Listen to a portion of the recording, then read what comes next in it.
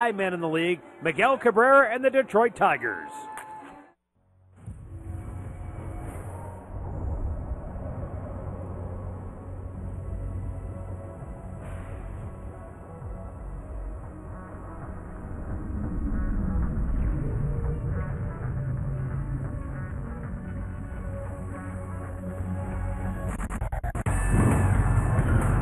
One year ago, the Indians led the Tigers by 7 games in the AL Central.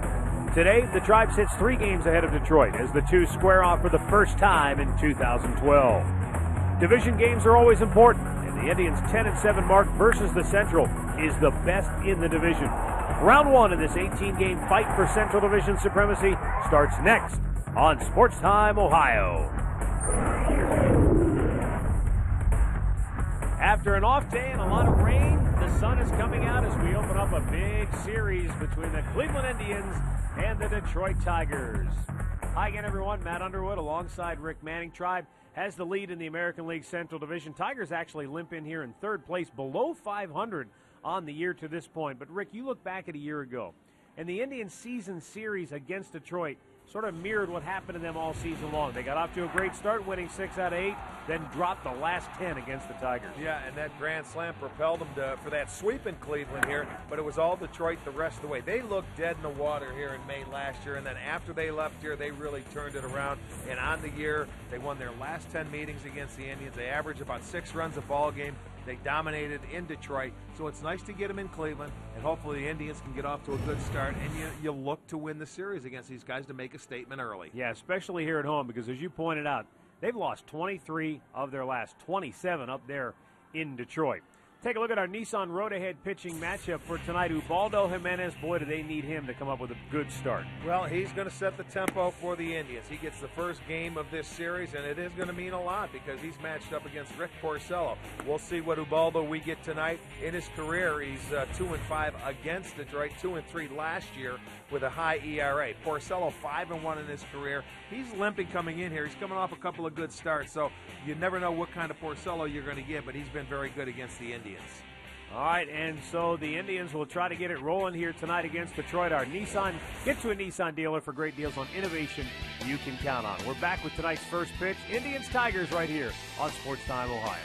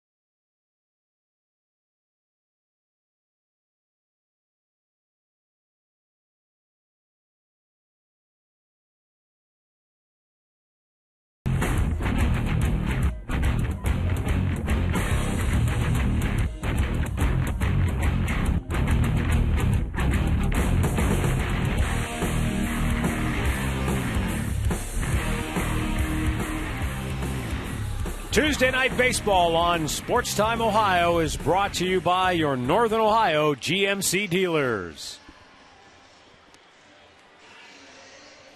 Fans still making their way into Progressive Field for the opening game of this 3-game series between the Tribe and the Tigers. The Indians, the only team in the American League Central Division coming into play tonight with a winning record. Chicago second best, right at the break-even mark, 2.5 games back of the Tribe, and then the Tigers 1 game below the 500 mark, 3 games and back of front-running Cleveland. Jim Leyland's starting lineup brought to you by Kia.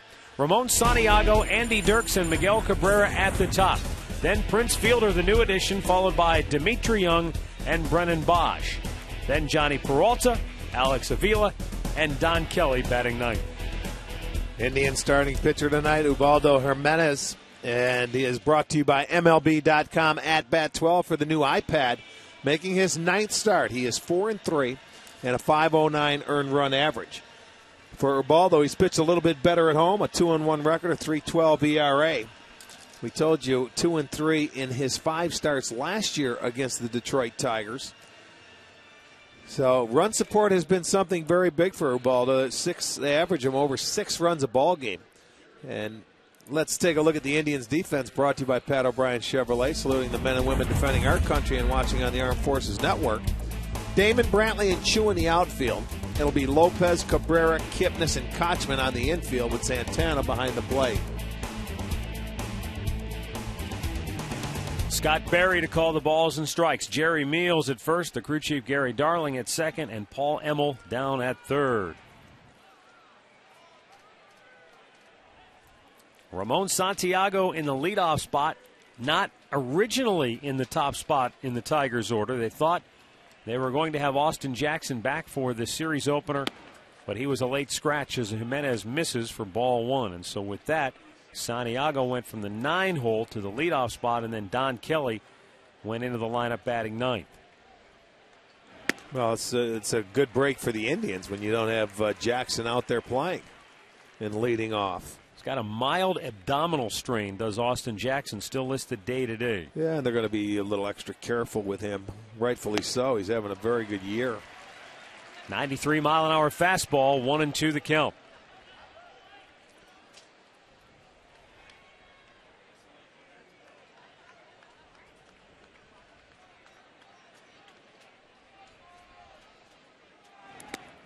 Bounced in front of the plate, 2 balls, 2 strikes. Santiago hitting just 183 on the year. That equates to 11 hits and 60 at-bats.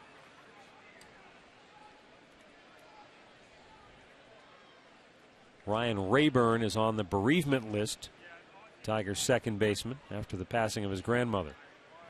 Santiago hits it in the air to left center. Brantley into the gap, called off by Johnny Damon, 1 away.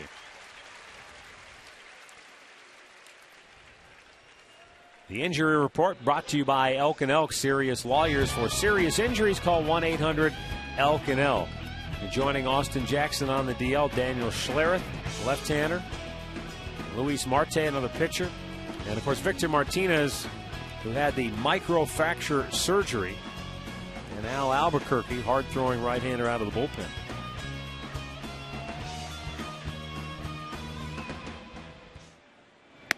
Pitch outside to Andy Dirks, who's done a terrific job since moving up in the batting order in that 2-hole. He's hit .337 on the year. Brennan Bosch started out hitting up in the order, but Bosch has had a tough time getting it going this year. Yep. And so Jim Leyland just flip-flopped Dirks and Bosch, and it's worked out for Dirks, but they're still waiting for Bosch to get it going, although he has hit 5 homers. Yeah, that's like Avila is off to a rough start this year, who was so productive in their lineup last year. You know, some of the younger guys, it's a different year, and you have to make adjustments because the league is going to adjust to you. Well, that brings me to the big question I suppose a lot of fans are wondering about, Rick. 1 year to the next. Does the 10-game win streak that Detroit has over the Indians mean anything coming into tonight? No, it does not. And there's a soft base hit into right center field for Dirks, who stays red hot at the plate. You know, if we were opening up in Detroit, it may have a little factor into it where they think they can beat you. They just throw their uniforms out there. But we're at home, and so they've got to protect their home field. And there's just a pitch right upstairs, a fastball that was upstairs and said, hit me. And Dirks did. Miguel Cabrera steps in. Cabrera and Fielder, who follows, have had no problems offensively. They both hit over 300 so far on the year. They've combined for 15 home runs and 58 runs batted in so far. Our league leaders brought to you by your Cleveland-Akron area Lexus dealers. 19 multi-hit games already for Miguel Cabrera. In addition to his 8 homers, he's clubbed 7 doubles. He tried to hold up, but he went around. And the count 0-2.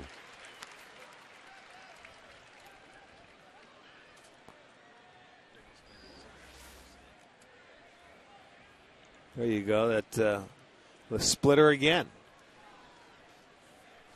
Well, that's that pitch. But he's had a lot of. Well, it's a feel pitch, and sometimes I don't know if it's a pressure point or what, but he's bounced a lot of them this year.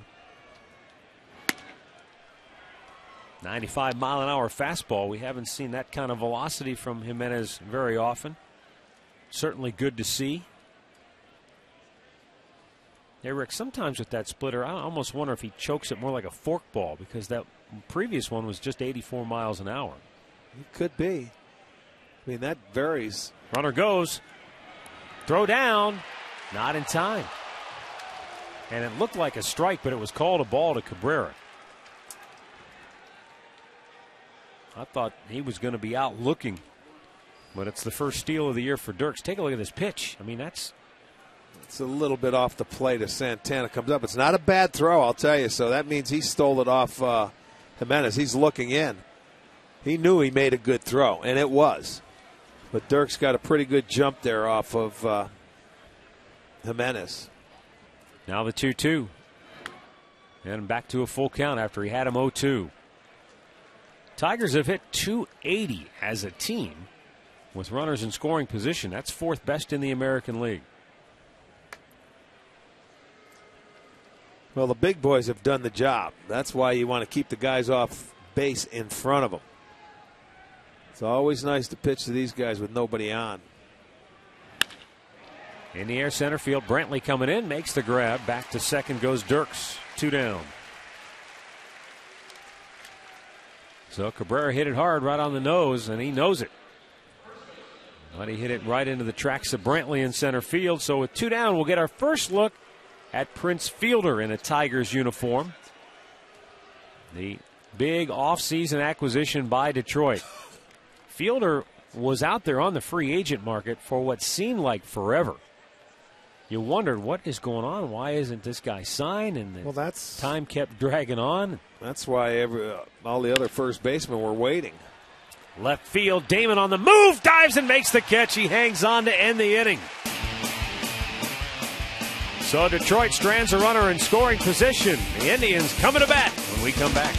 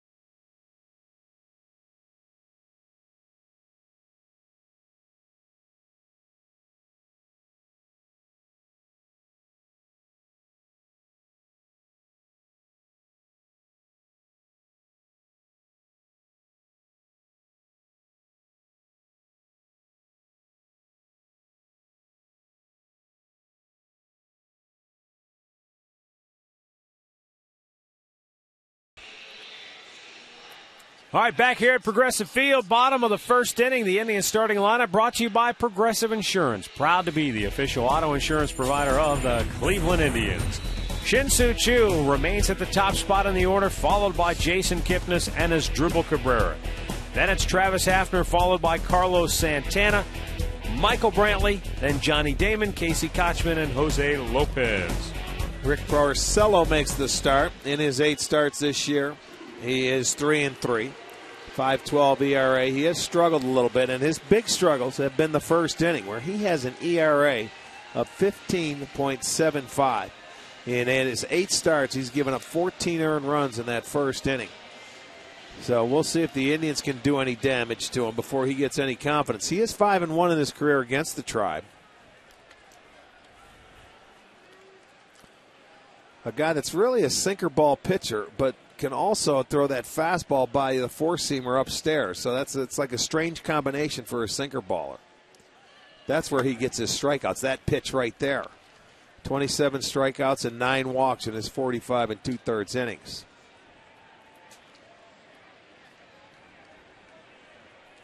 Shin-Soo Choo. Now waits the 1-0. And he lines it toward left field. That's in the gap. Cut off by Andy Dirks. And Choo's aboard with a leadoff single. Great swing. Pitch down in the zone. There's his sinker. He's going at Choo with the sinker, and he just goes the other way. Really nice swing. 9-game hitting streak now for Choo. And Choo had that ball. It was middle of the plate. Porcello was just trying to throw a strike. Choo took advantage. He's really done a nice job in that leadoff spot since being inserted. Yeah, they're 5-2 as a team, and he has gone 12 for 30. Yeah, I like it. It's up over 380. Very good. There's Jason Kipnis now. Swung on and missed. Kipnis in a little bit of a funk right now, just 4 for his last 30. And that's kind of the way baseball goes at times, where you get hot and then you take the plunge and go the other way. Well, you can't stay hot forever. I mean, it's cycles. You go through them. Every player does. You have to do the little things, especially when you're hitting in the top of that lineup. You know, whether you want to move that runner along, you shoot for the hole here. It's something you can do when you're not swinging the bat all that well. He's had some good numbers against Porcello in his brief career.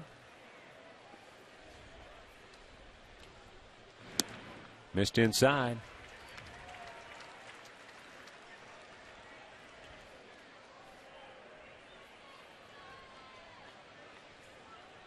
Choo at first has 6 steals on the year. Time for the team lead with Kipnis. He bluffs the move towards second, and Kipnis hits into a routine double play ball, but he beat it out by hustling. He did hit it off the end of the bat, so it didn't get to Santiago all that quickly. Well, the one good thing, Kipnis hustles, and he gets down the line very well. But Detroit has turned the fewest double plays in the American League. They've only turned 25 double plays.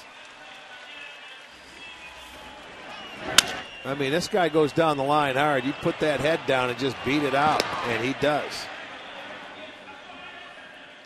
May not seem like much, but, you know, when you can hustle and you can beat it out, it gives yourself one extra out. You can see the frustrated look on his face that he's like, he got me to roll over on it. Yeah. Just what I didn't want to do. But you know what? That's why you run hard to first base, because you're upset at yourself. So take the frustration out on you. Run hard instead of giving it up, and now you get that extra out from beating it out.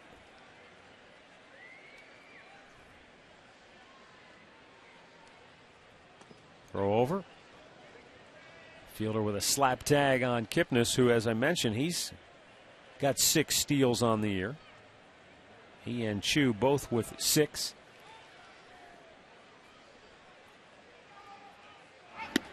Cabrera faked a bunt attempt. He has the 4th highest number of hits in the American League here in the month of May.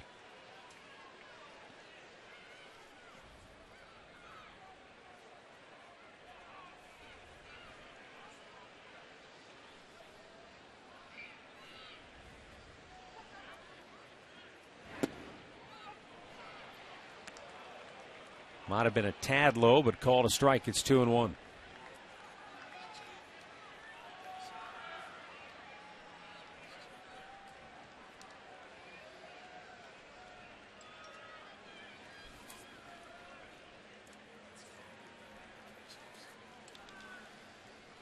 Now the 2-1.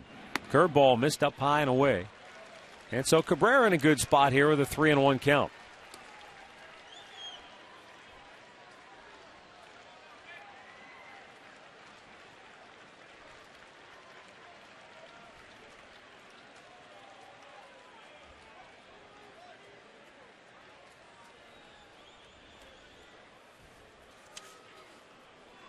Cabrera's a guy who will put the ball in play. See how aggressively on this 3-1 count they play it. Who was it we just played? Very Miami. Aggressive in 3-1 counts. Ozzie again. Yeah. You start the runner. I was thinking, you know what? A lot of guys don't like to do it. Cabrera drives one deep left center, and it's going to be off the wall. Coming around third, Kipnis going to be waved home. Peralta's relay to the plate is up the line. Head first slide. Kipnis gives the Indians a 1-0 lead as he comes all the way around from first to score on the double by his dribble Cabrera.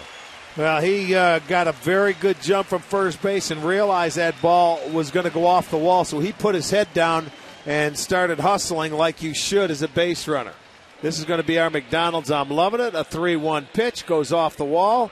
Kelly plays it nicely, gets it in, but if Kipnis didn't run right from the start, he wouldn't have been able to make it.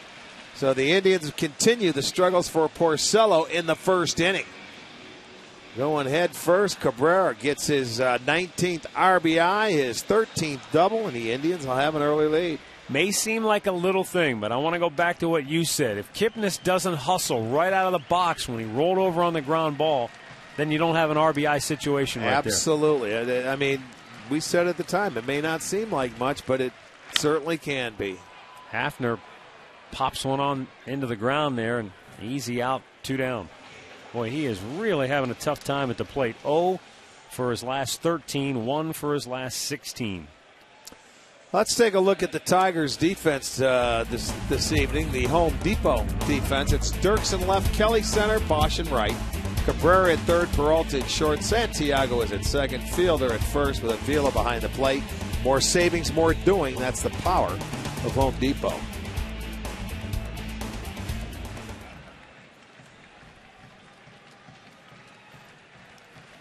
Now Carlos Santana looking for that 2-out RBI hit.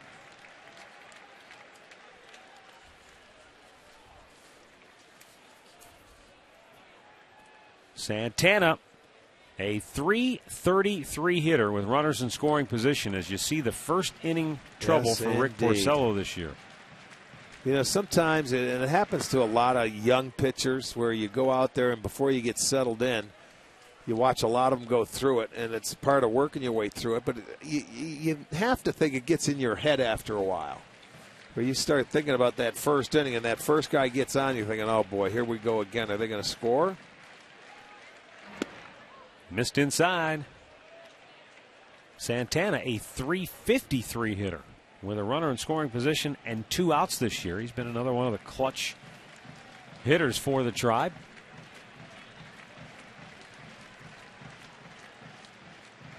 Down on the dirt, good block there by Avila. Well, Cabrera had a count in his favor, 3-1 count. Got the pitch away, took it that way. That may be the approach that you want to look at with Porcello when you get ahead in the count. I don't think he's going to throw you in too much in that situation. That 2-1. Missed up and in, 3 balls and a strike. Michael Brantley would be next. Porcello has uncorked just one wild pitch so far this year.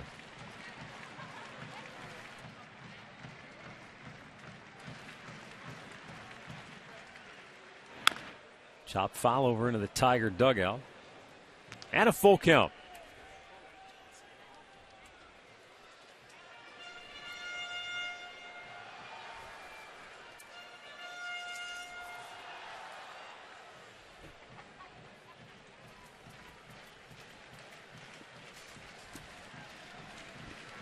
Payoff pitch. And it's ball 4. The inning stays alive as Santana takes his base. First and third with 2 down for Michael Brantley.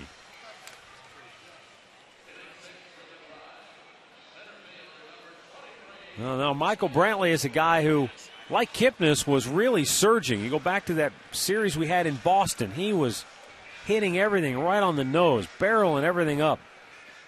And then he just cooled off again. Now 1 for his last 16 coming in here tonight.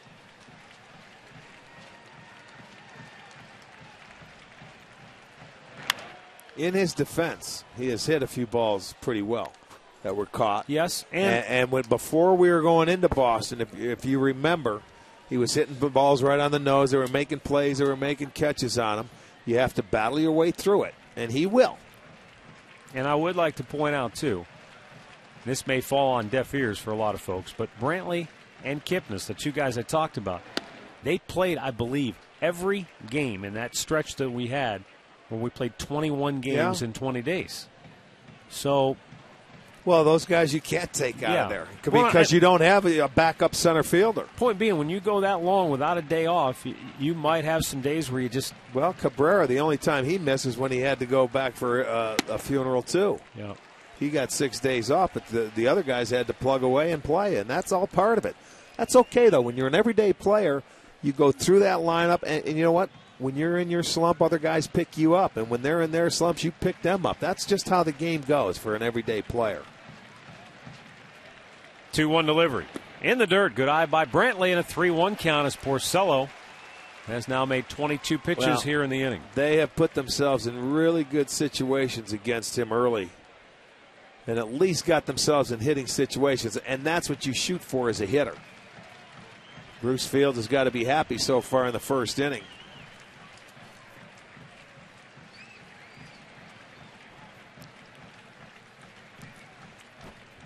Let's see if Brantley can get his pitch and get into one here.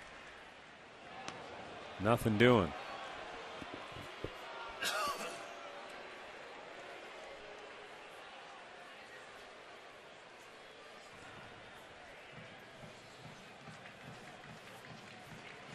As Dribble Cabrera is at third, he doubled in the first run of this game. Santana's at first. And the 3-1 is hit right to the second baseman, Santiago. Indians strand a pair, but they get the first one across. 1-0 Cleveland as we go to the second.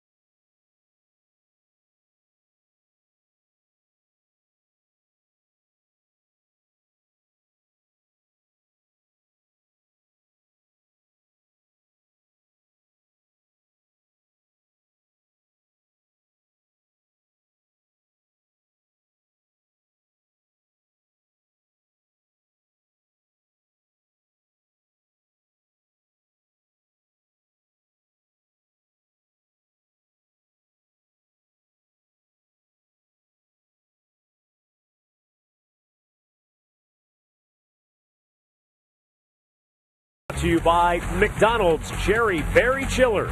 Cherry and raspberry flavors blended with ice and 100% fruit juice.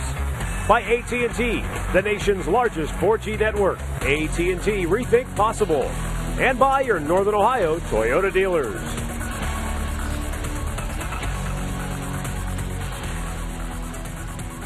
Second inning here at Progressive Field.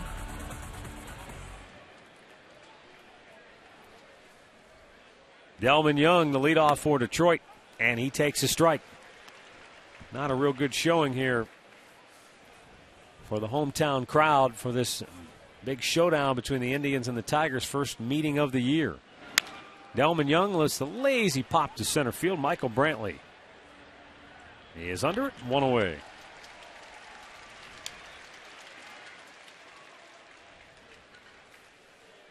Our stat of the game brought to you by your Northern Ohio GMC dealers.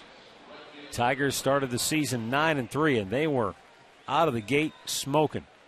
Since then, 7 games under 500. Yeah, well, how about that? They haven't won back-to-back games since April 17th, 18th. That's hard to believe, too.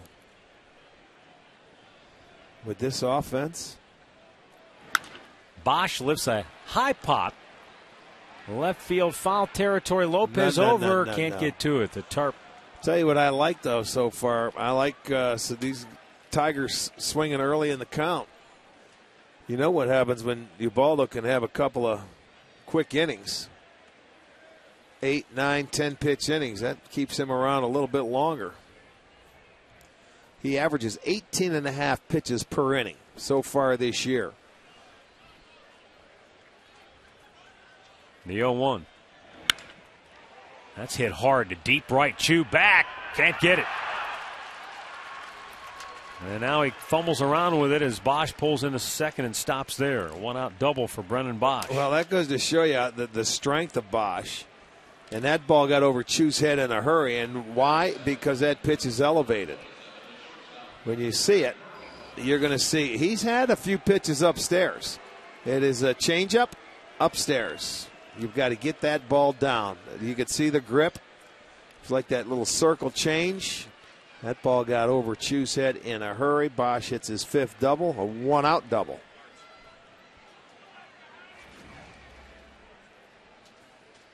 So Detroit's trying to be aggressive with Jimenez. That's 10 swings on the first 22 pitches. And a good fastball there. Peralta late on it. 94-mile-an-hour heater from Jimenez, and he fouls it down the right side.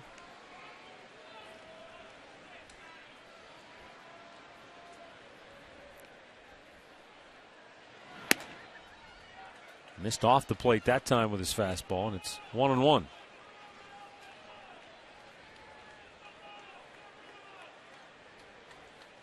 Johnny Peralta, a couple of homers, 9 doubles. Hit fouled on the left side.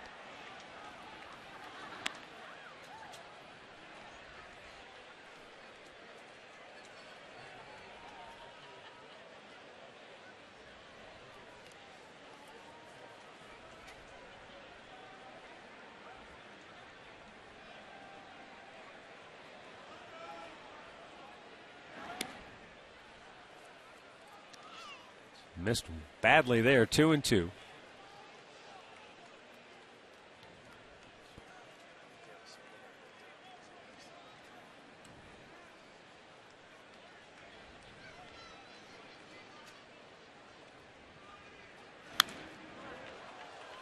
The perception, I think, maybe more of a national one than a local one, but the perception is that to this point, Detroit has been an underachieving team. But when you look at Cabrera and Fielder and the numbers they've put up, it's hard to say they've underachieved as much as you've got a couple of veteran players who are doing what they're supposed to do and a collection of young guys who just have not been able to kind of pull their share of the load so far. Well, a good point is they haven't been able to build on anything positive that has happened so far. You remember when the White Sox went back to Detroit, Peralta hit a game-winning home run off Thornton, right? And you figure, okay, we're at home, let's get it rolling. Well, the next night they come back, Valverde gives up to the Dunn homer in the 9th inning. They haven't been able to build on anything like that. Verlander comes out with almost a no-hitter, a one-hitter. The very next night, Smiley, the left-hander, gives up 2 home runs to Pittsburgh center fielder. And, McCutchen. And there was about 2 or 3 times where they've had opportunities to build on something positive, and they haven't been able to do it. You know, when you talk about momentum or whatever you're going to get, that momentum only starts at the middle of the diamond. Yep. And you're right. A year ago, Valverde was perfect. He did not blow a save all season long. I don't care what you say. When you don't ever give one away late, that is huge for a team. Well, he walks Peralta. Again, he gets ahead of hitters, but he's having a tough time putting them away consistently. 2 on, 1 out for Alex Avila as we take a look at our trivia question brought to you by AT&T. 3 players have had multiple 20-homer, 20-steal seasons for the Tigers. Who are those 3 players? 20 homers, 20 steals in a year. All right, with 2 on and 1 out, Alex Avila. Now, this guy last year could seemingly do no wrong, and especially when it came to playing against the Indians. He drives one to deep center. Brantley back, looking up, gone. And he still can't do wrong. My goodness. Alex Avila, who hit .322 against the Indians last year. He's only hitting .221 on the season coming in.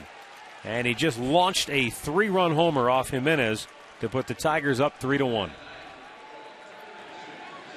Boy, have they been aggressive off Jimenez. Let's watch the location. Santana sitting away, and that ball is put up on a tee for him. That's just a fastball right down the middle, and they have been aggressive. And that ball got out, skips up onto the Indians' bullpen, and back into their bullpen. So the Tigers come back and respond to that run that the Indians put on and take a 3-1 lead.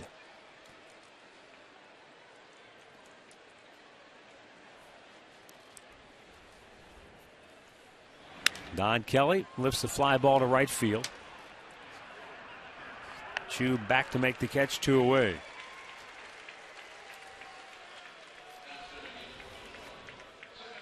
Top of the order, Ramon Santiago. Flied out to left his first time up.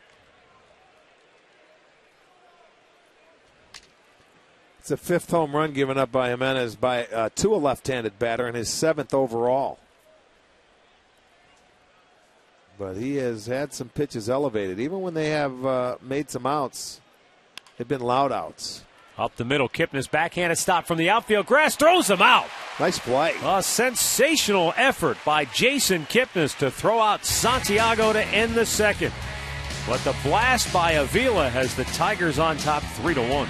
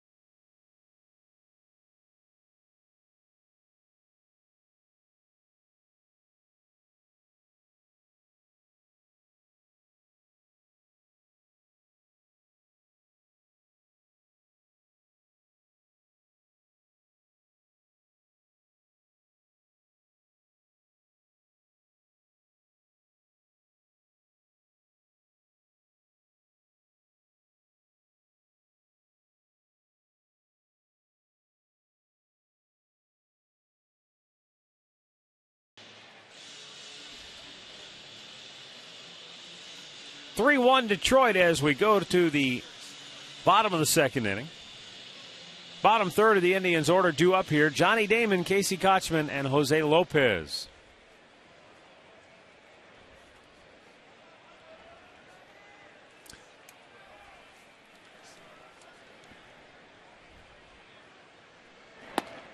Strike at the knees, outside corner from Rick Porcello. He needed 23 pitches to get through the first inning, but he got a key out to end it with first and third and 2 down on a 3-1 count, and Brantley bounced out to second base. Now Damon drives one deep down the right side, just foul. Boy, by about a foot. And now the count 0-2. Well, he was off and running. He thought it was going to stay fair. By about a foot. Maybe a little bit more.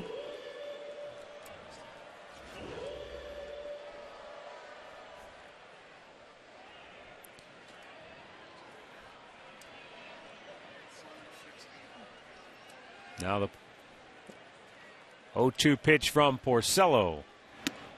Rode the fastball up high.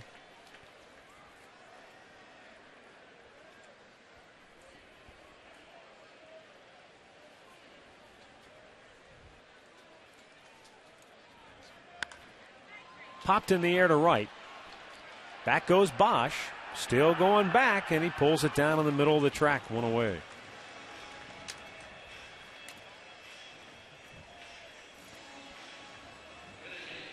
Now to bring up Casey Kochman.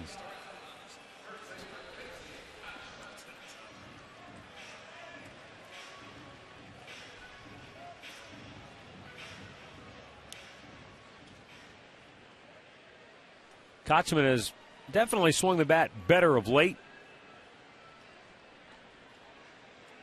16 hits in his last 17 games. Pops this one straight up, though, right at the plate of Vila. 2 down.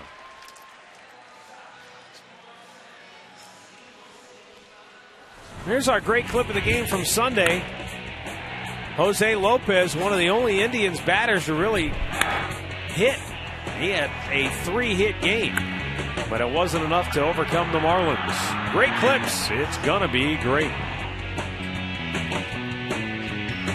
And you have to give Lopez credit where it is due. In the absence of Jack Hanahan, he has stepped on and done a nice job. He's hit in 7 straight games, going 9 for 25.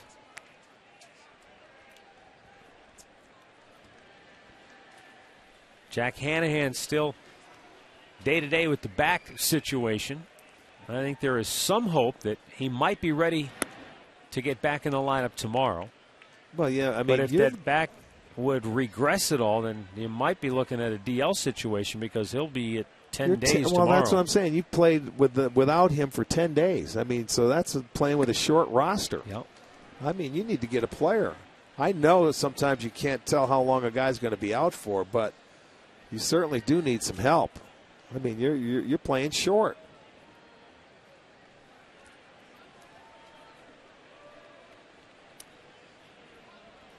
Porcello the wide and the 1-2. Bounce to third, just foul.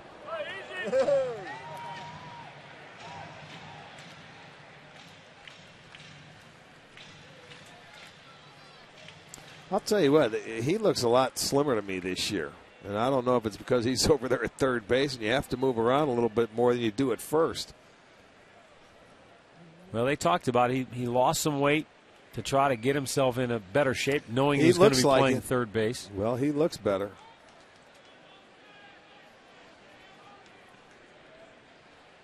He came up as a third baseman. They moved him to the outfield when he was young. Yes, he did.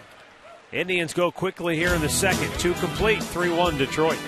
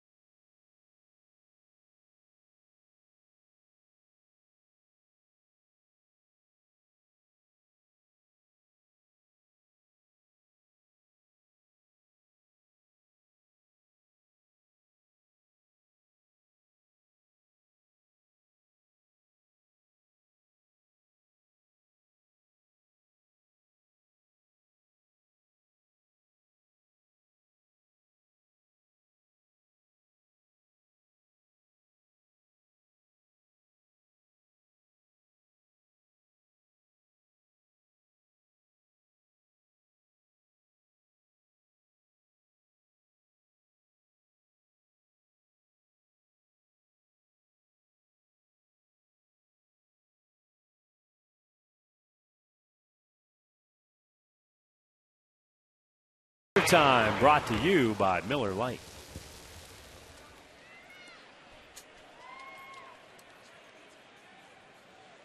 Andy Dirks, a base hit in the first inning. Jimenez with a first pitch strike. Well, these guys have been swinging at so many first pitches. I'm not surprised he comes out with that breaking ball first pitch. In the air, Brantley with a nice running catch in the gap to take extra bags away from Dirks.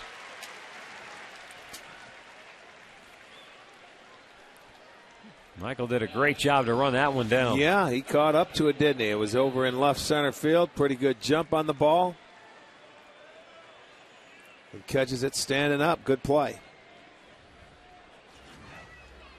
Now Miguel Cabrera, who lined out to center field his first time up.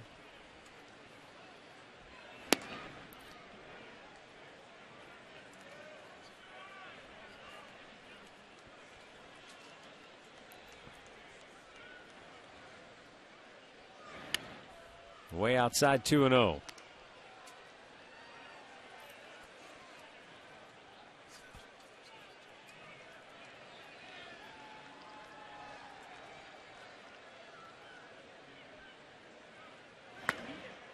Taking in there a strike with a 95-mile-an-hour fastball.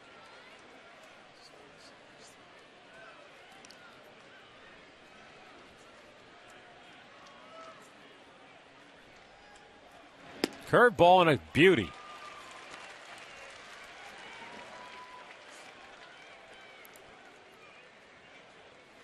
I haven't seen too many curveballs from Jimenez here tonight. Well, he's got a good one. He can start you off first pitch curveball and just throw it in there for a strike there. He changed his arm angle on the breaking ball.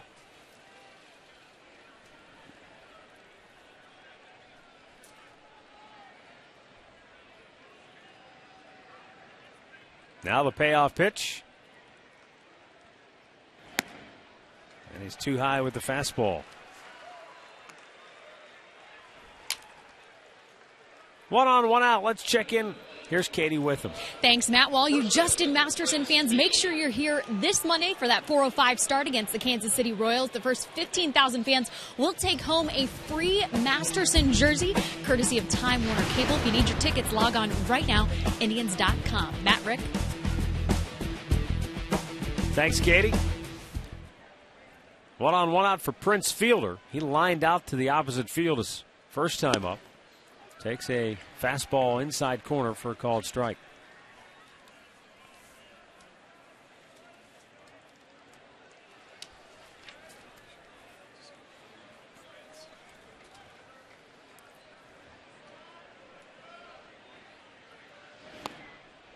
At the knees. 0-2.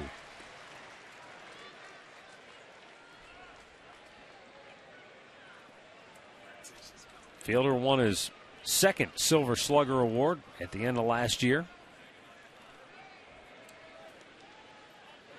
Swung on and missed. He chased a high heater. That's the first strikeout for Jimenez. 2 down here in the third. Well, he got him to expand his zone and chase a high fastball out of the strike zone. You can see that's about chin high. That's above the letters. Changed his eye level. It came back with a curveball the pitch before. Chases the fastball. Out number 2. And it brings up Delman Young, who flied to center his first time up. Back out of play.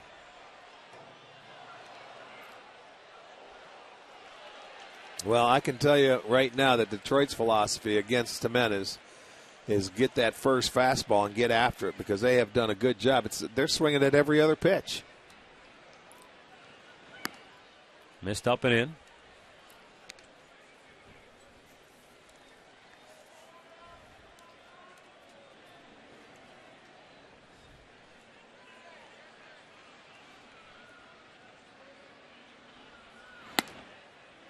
Note in the Tigers media notes about Delman Young. He had 5 home runs during the postseason last year to match a record for most homers hit by a Tigers player in a single postseason. I read a note about our pal, the late Moose Skowron. Yeah. Only he and Yogi Berra hit home runs 3 times in a Game 7 of a World Series. Now, Yogi Berra, you might say, okay, but Moose Skowron. Yeah, you wouldn't think. Yeah, but talk about a clutch player. You hit a home run in a Game 7, and you do it 3 different times, you're a money player. Yeah, I guess you would be considered that, no question. Oh, my goodness. 2-2 pitch, and I mean, Cabrera could have walked to second base with the jump he had, but it's fouled out of play. Well, he just took off. He knew Jimenez wasn't even paying attention to him, but the hitter, of course, Young, has got to protect himself. Look at him. He didn't even pay attention to him.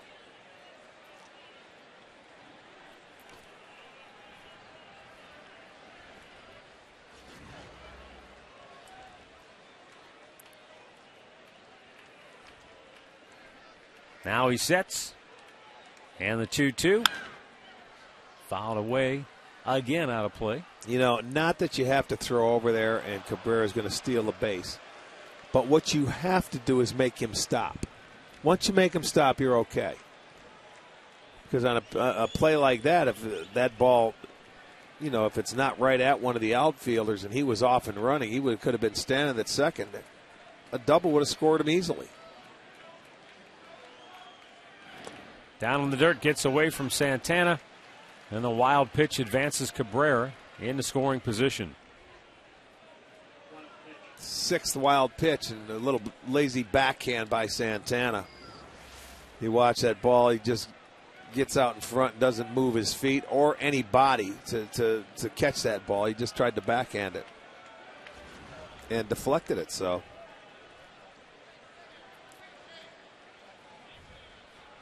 50 pitches already for Jimenez with 2 down here in the 3rd. And a very close pitch, but it's called ball 4 and the 2nd walk of the inning. And already the 3rd walk of the game. Let's take another look here. Looked like it wrapped around maybe on the inside part of the plate. That's inside. Brennan Bosch slugged a double over the head of Chu in right field his first time up.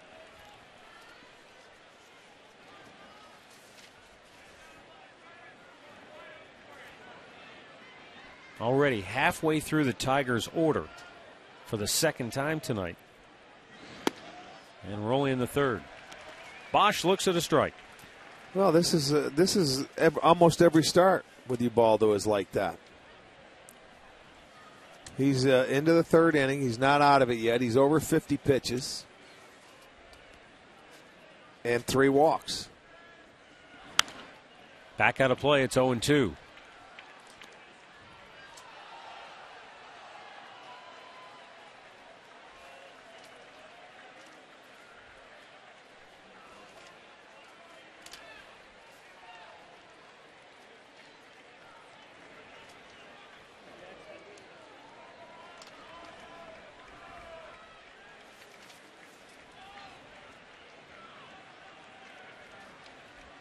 The 0-2. Another foul ball out of play.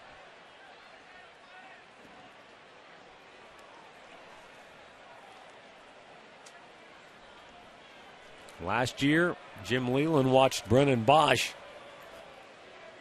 rack up 121 hits, scored 75 runs, belted 16 homers, all career highs for him. That's why everybody felt this kid was going to have a big year, Matt. They were going to hit him in the 2nd hole because they signed Fielder. You can hit in front of Cabrera, behind Jackson. You figure you're going to get some good pitches, and he just hasn't gotten off to a good start. He's an excellent low ball hitter, and the ball jumps off his bat. He will get it going at some point in time this year and make that adjustment. And when he does, Detroit, I mean, it's only going to help everybody else in the lineup. But you expect, because there's good hitters and he's hitting in a lineup of good hitters, you expect him to be better. And he's also learning. He's a young hitter and a young player. 2 on, 2 out, 1-2 pitch. Got him to chase. Santana will throw to first to end the inning. Couple of strikeouts for Jimenez. Tigers strand a pair. Middle of the 3rd, 3-1 Detroit.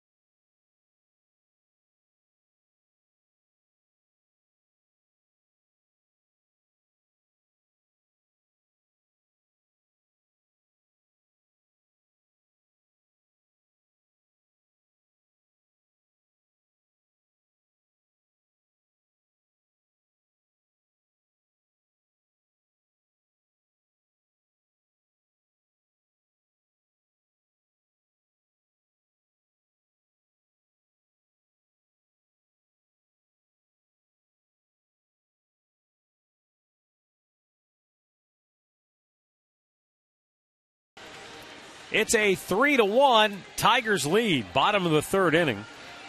And for the Indians, the top of the order, Shin-Soo Choo, Jason Kipnis, and Asdrubal Cabrera. Rick Porcello gave up a couple of hits and walked one in that first inning.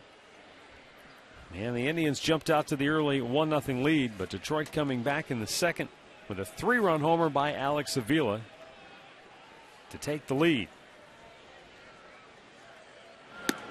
Up high with a fastball. Choo just took a sinker and lined it the other way his first time up.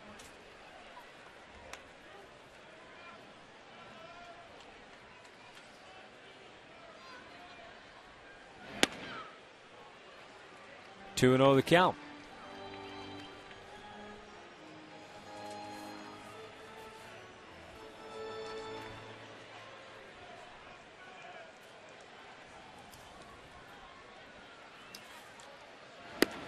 You know, we talked about how important it is to win within your division.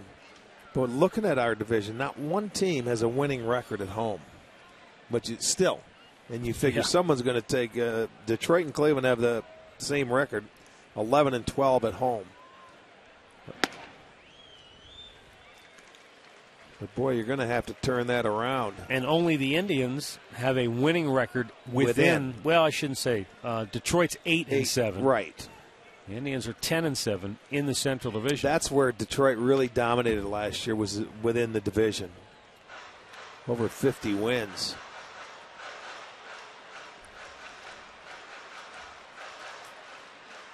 Gene Lamont, longtime sidekick of Jim Leyland.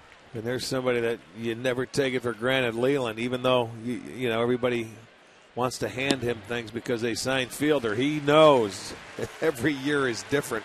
Well, Rick, in some ways, as a manager, now, Jim Leyland's been around a long time. He's managed great teams, he's managed awful teams, and he's managed everything in between. So nobody knows better than him the kind of external pressures that there can be when you sign a Prince Fielder. Right. You already have a Miguel Cabrera, and the money they have invested in Jim Verlander. He's expected to win, and he's expected to win almost every night. That's unrealistic. But those are the expectations of the fans in Detroit, I'm sure. Well, that's why he knows his job is that much tougher. Choo is off and running with a great jump. Forget about it. Put it in your pocket. 7th stolen base of the year for Choo, and he's in scoring position here in the third. He got a great jump off Porcello. Avila had no chance. Wasted no time, and I like that early. The earlier you can run, the better. He was on there the first time, so he had an idea about Porcello's move. Steals it easily. But with getting back to Leyland, he knows his job is to motivate and keep those guys up every day. And he knows kids are going to go through their situations they have to go through. He knows his veterans will carry him and keep him in play.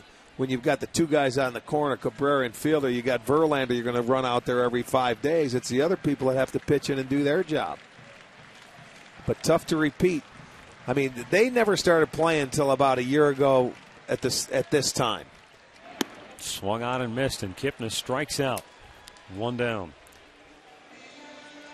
Well, Rick, the one thing about Jim Leyland, he'll be the first one to tell you, as all good managers will, that's a ball. The players play. They're the ones that go out and get the job done. And so as a manager, you know, you probably get too much blame, sometimes too much credit.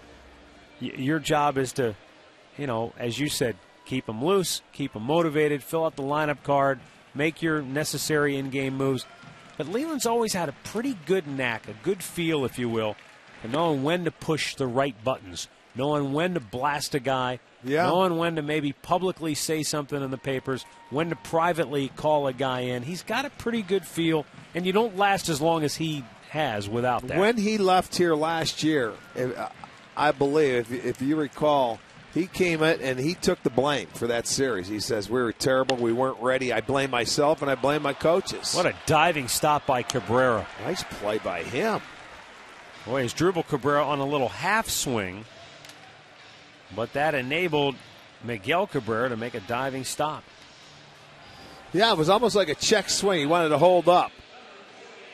And I'll tell you what, he hits the ball into the hole, and Cabrera off the line at third dives, makes the play, and gets him at first base. A good play. Yeah, and I think you're right, though. A manager, a coach in football or basketball has to know when to sort of deflect the blame off his players and onto him. Right, and he did that last year, and they took off. Granted, they ended up getting, after that first series there when they were swept, they looked dead in the water, man. Yeah. They didn't look good at all. But he took it upon himself, and I'll tell you, they started to play better after that. Travis Hafner takes a strike. Hafner grounded out his first time up, and Pronk has been in a real slump. One hit in his last 16 at-bats. I mean, that's just the part of it. This guy's sitting in the number 4 hole, and he's won for his last 33 with runners in scoring position. I mean, if he's not driving them in, there you go. Atta baby. That's what we're talking about. 2 out hits. That's what he has to do because that's all he does is hit. So you better drive him in. Hafner brings home Chu. It's a 1-run game, 3-2 in favor of Detroit. Pronk with his 20th run batted in on the year. Desperately needed RBI single for Hafner. It's a hanging breaking ball. Well, it was about knee high, but he got it and takes it right back up the middle. So he gets the Indians 1 run closer with a 2-out base hit where the Indians have now scored 76 runs with 2 outs. And 26 of them, the one thing Tommy looked up for us that we were interested in, out of their 76 runs they have scored with 2 outs, they have scored 25 with 2 outs and nobody on. Yeah, isn't that amazing? It is. A You third of their started a runs rally with 2 outs and nobody on. 25 of those runs have come with nobody out. 2 outs and nobody on. Base, yeah. That's impressive. But add another 2-out run, and it is now 76. Santana pops it up. Third base, Miguel Cabrera makes the catch. Indians get a run closer, and it's 3-2 Detroit as we go to the 4th.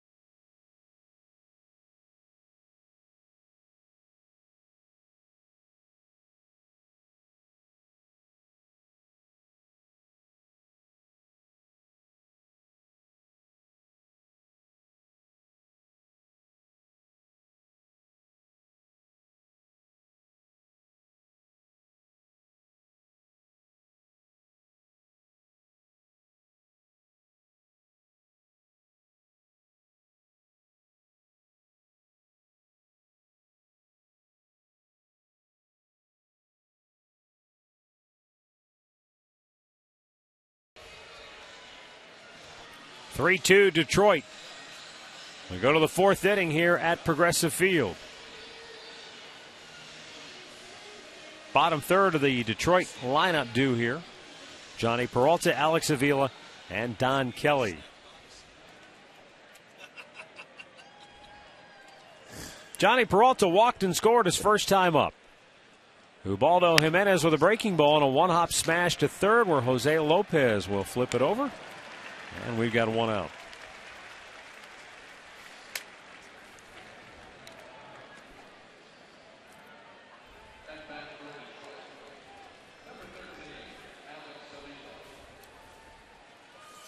Well, one thing we know for sure, neither one of these teams will be shut out tonight.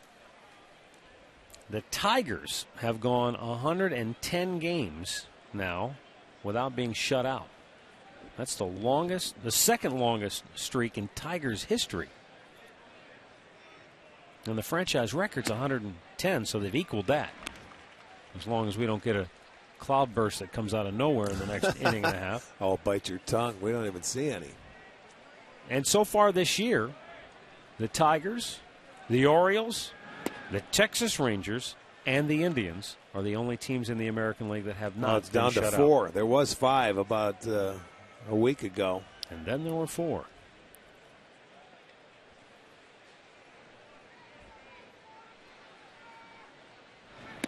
He tried, yes, but I think he went around. Yep. Third base umpire Paul Emmel agrees. Well, he smoked this 3-run homer, man. Put a good swing on it. And we've last year witnessed Avila going center of the field, right center to the left center with very good power, and he likes the ball down in the strike zone, typical left-handed hitter.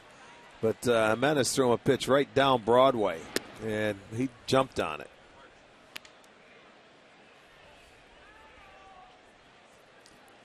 That was his Detroit's 4th 3-run homer of the year. This is a team, much like the Indians, when you get runners in bases loaded situations, they've been worse than the Indians have. Bounce to second base. Jason Kipnis will throw him out 2 away. Well, it'll be a great weekend at Progressive Field June 1st and 2nd with the return of Rally Alley and fireworks lighting up the sky after both Friday and Saturday night games. Log on to Indians.com, get your tickets. Buy early and save, or you can call 216-420-HITS. Well, you know, we go on a short stint after this 3-game series here. We head to Chicago for the weekend, right back here to play, Kansas City, Minnesota. Then the month of June is going to be, it's going to be few and far between here at this ballpark. Time to hit the road, Jack. Yes, it is. A couple of 3-city trips in that month. Yeah, the Indians will start the month with 3 games against the Twins here at Progressive Field, and the only other home games are 3 against the Pirates, followed by 3 against the Reds in interleague play. Everything else is on the road. That's right. So they won't get to see the Indians much in June. Don Kelly with a 2-out walk. And that's 4 walks for Jimenez in 4 innings tonight. Well, that's what we're talking about. You're down in the number 9 hitter. You certainly don't want to give them any breaks whatsoever. But a 2-out walk, that's a guy you want to go after. 50 innings of work for Jimenez this year. Well, 49 2/3. So 50 innings, 36 walks, 30 strikeouts. Yeah, that's a poor ratio. Santiago 0 for 2. He was robbed of a hit on a terrific play by Jason Kipnis to end the 2nd inning.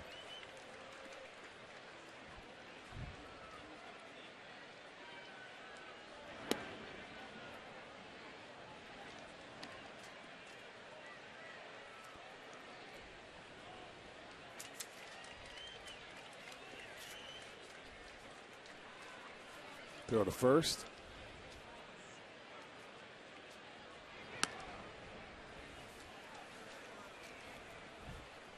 Back in the 2nd inning, Santiago tried to send one right up the middle, but watch Kipnis go out onto the outfield grass. He's an athletic kid. He's getting better and better there every week, isn't he?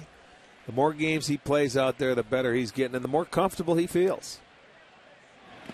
You said it. He's athletic. He does not look like a converted outfielder playing second base. He's getting better at it. I mean, he's still, the minute he can go through his mind and not have to think about what you have to do in situations, and that's just playing there. He's getting better and better. He's smoother, turning the double play, a little rough around the edges to start the year. That play right there, I don't think he makes it last year. There are a lot of guys that can make that play. Santiago lines one to left center field. Brantley into the gap. Got to it quickly, and Kelly stops at second. Well, you see what happens, boy. Now you got to work extra hard to get out after a 2-out walk. Santiago takes him the other way. He originally was scheduled to hit ninth today before Jackson was scratched. Another pitch up, belt high. A lot of his pitches have been upstairs tonight. And walks happen. I mean, no pitcher's going to be perfect. You're going to have some walks. Sure you are. But when you walk the number 9 hitter who's batting $170 on 4 pitches, that's where you just shake your head. With 2 outs.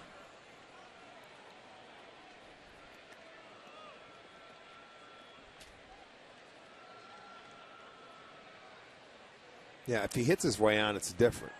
Well, Bob Feller used to say, and I know, Bob Feller, that's 100 years ago. Bob Feller used to say, guys at the bottom of the order, you attack them. You attack them. Get it into the plate. Make them swing the bat in a couple of pitches. Play. They're not going to hurt you. You want to conserve your pitches for when you're facing the 3, 4, and 5 guys, when you've got to make tough pitches as the game goes on. Well, yeah, they're third or fourth time through or third time through. Well, half these guys won't pitch more than their third time through. Yeah, that's true.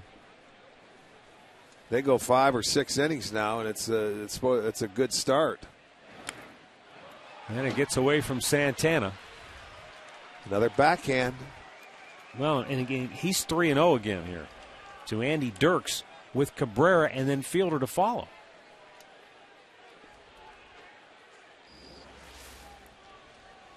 There's one sitting away.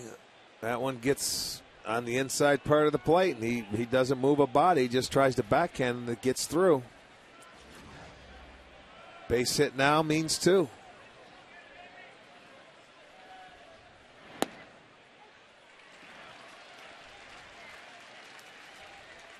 Three and 1 to count for Dirks. Well, and that Ubaldo 7 wild pitches ties him in the league lead with Drabek, and he took the lead over for walks from Drabek. Bounce to second. Kipnis throws him out, and he gets him out of trouble. Tigers strand 2 more. Middle of the 4th, 3-2 Detroit.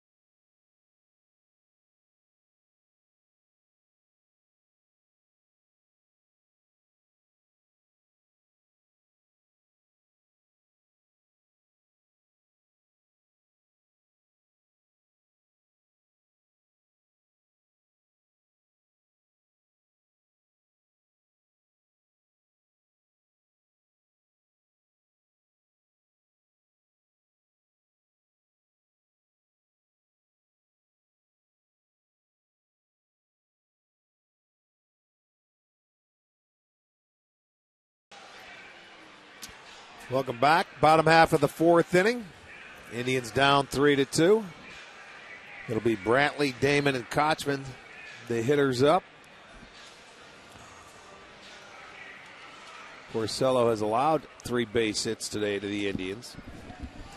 Coming back last inning, they scored with that leadoff walk to Shin-Soo Choo. He stole a base, and Hafner had a 2-out RBI single. Michael Brantley looks at a strike, grounded out. And that was a key spot in that first inning with Brantley up there. You're maybe trying to get some 2-out magic rolling to keep the pressure on Rick Porcello, who you know has had those first inning woes.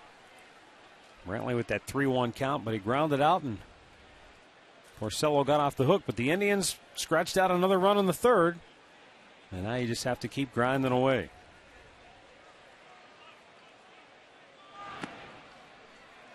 One ball, one strike, 50 pitches for Porcello, 29 of those strikes.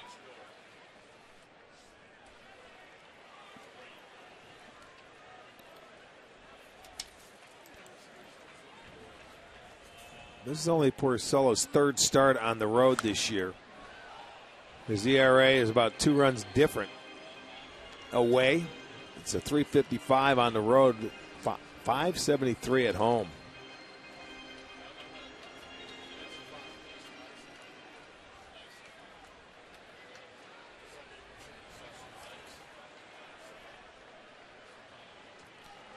And he has usually gotten better as the game goes along. He gives up all those runs in that first inning, and then it gradually gets better. First time through the lineup, they hit over 300, 314. Second time through, it goes to 280 and then to 240. If he can stay around long enough. Count remains 1-2 on Brantley. And he went around, I do believe. He did. Third strikeout for Porcello. He got him to chase one on the dirt.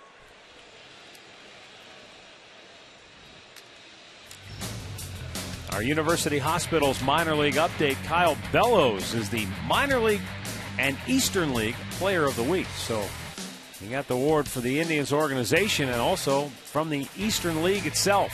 At over 400. 3 homers, 9 ribbies, and 3 doubles.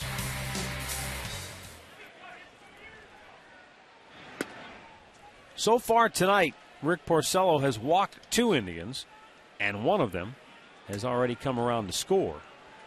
The Indians came into tonight averaging almost 4.5 walks per game.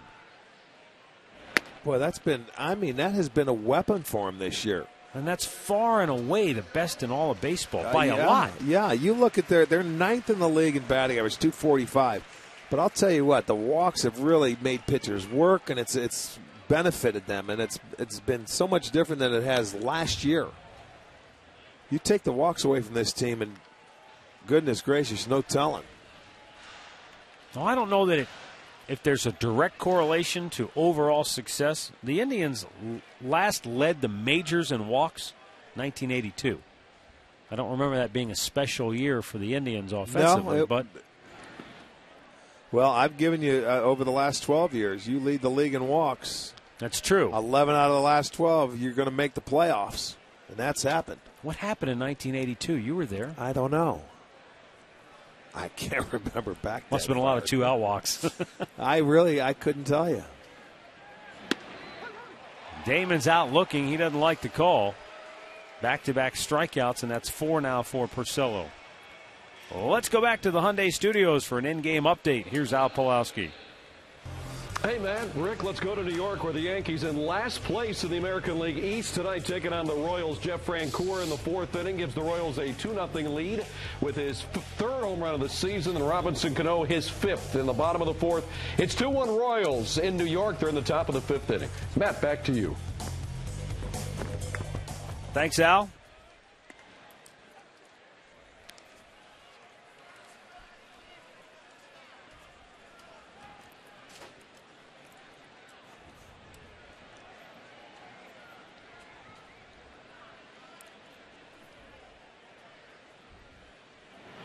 Down on the dirt, 1-1 to Casey Kochman.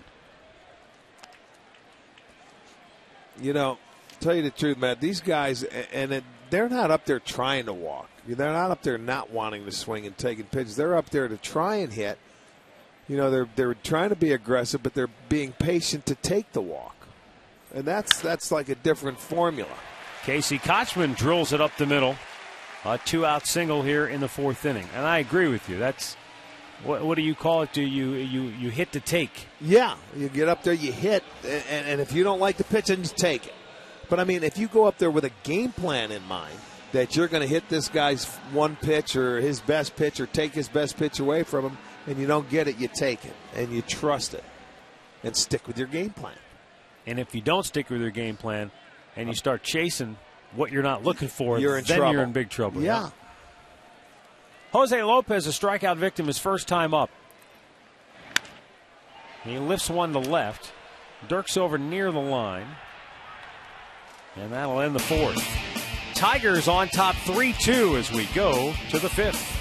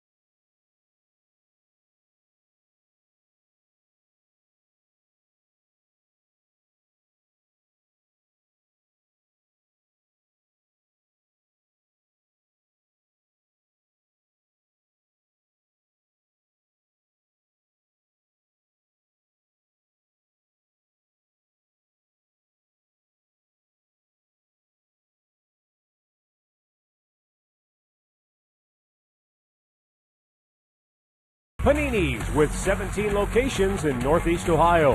And by Levin's, home of the Sealy Posturepedic mattress made right here in Northeast Ohio.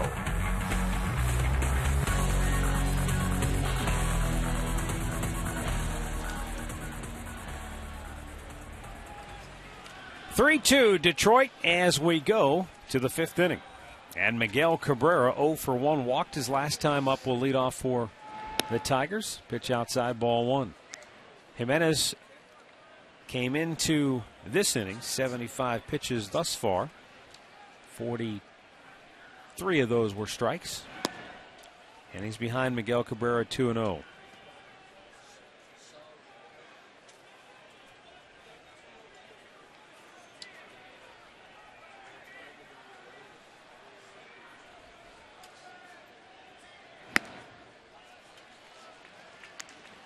Fastball in there. It's 2-1. Cabrera apparently not envious of the call. Well, I don't know if he's mad at the ump or maybe mad at himself that he had a 2-0 count. And I think the time before he had a pitch and he was looking away and he took it the first time up with a fastball and he got the same pitch. He may be mad at himself. Down low with it, 3-1.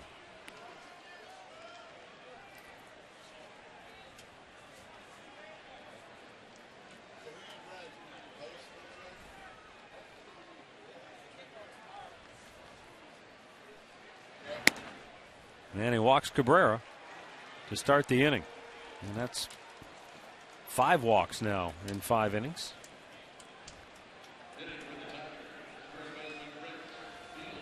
The Mid-American Conference Baseball Tournament runs tomorrow through Saturday at All-Pro Freight Stadium in Avon. Get out and support your school from the Mid-American Conference.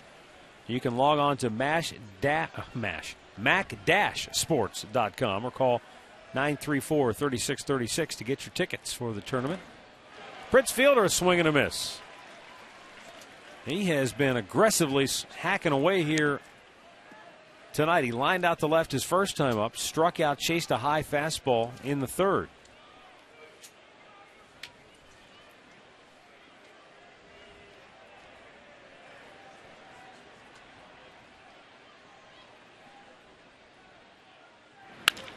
Right back to Jimenez. Taylor-made double play ball. About that. 1-6-3. That is nice. You kept the glove down. It goes right in and able to turn it. Nicely done. Look what I found. That ball comes right back. Watch how he has his glove down. He sees it, puts it down there, was going to get out of the way, and it goes in. An easy double play turn. 1-4-3. 2 down for Delman Young. Walked his last time up. Hits it off the end of the bat. It's inside the bag and fair. Chu hustling over. He'll pick it up, and Delman Young is not going to challenge that arm. He'll hold with a 2-out single.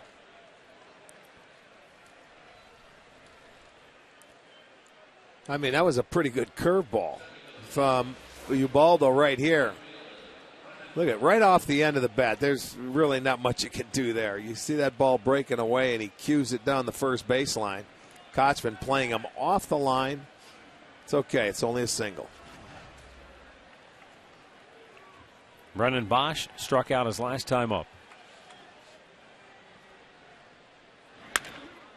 Bounce towards second. Kipnis flags it down. Fires from the outfield grass to get him.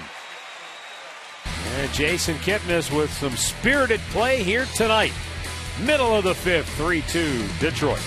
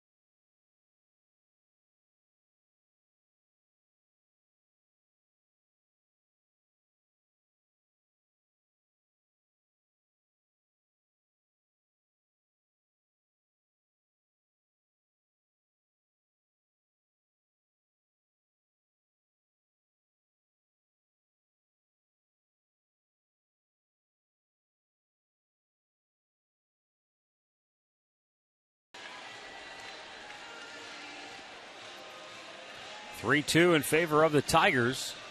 Bottom of the fifth inning.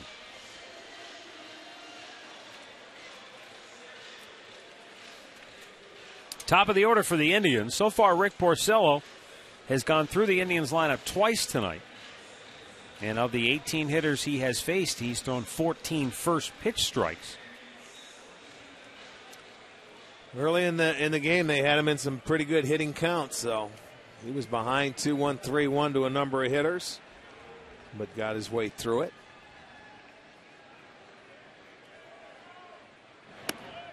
Fastball wide.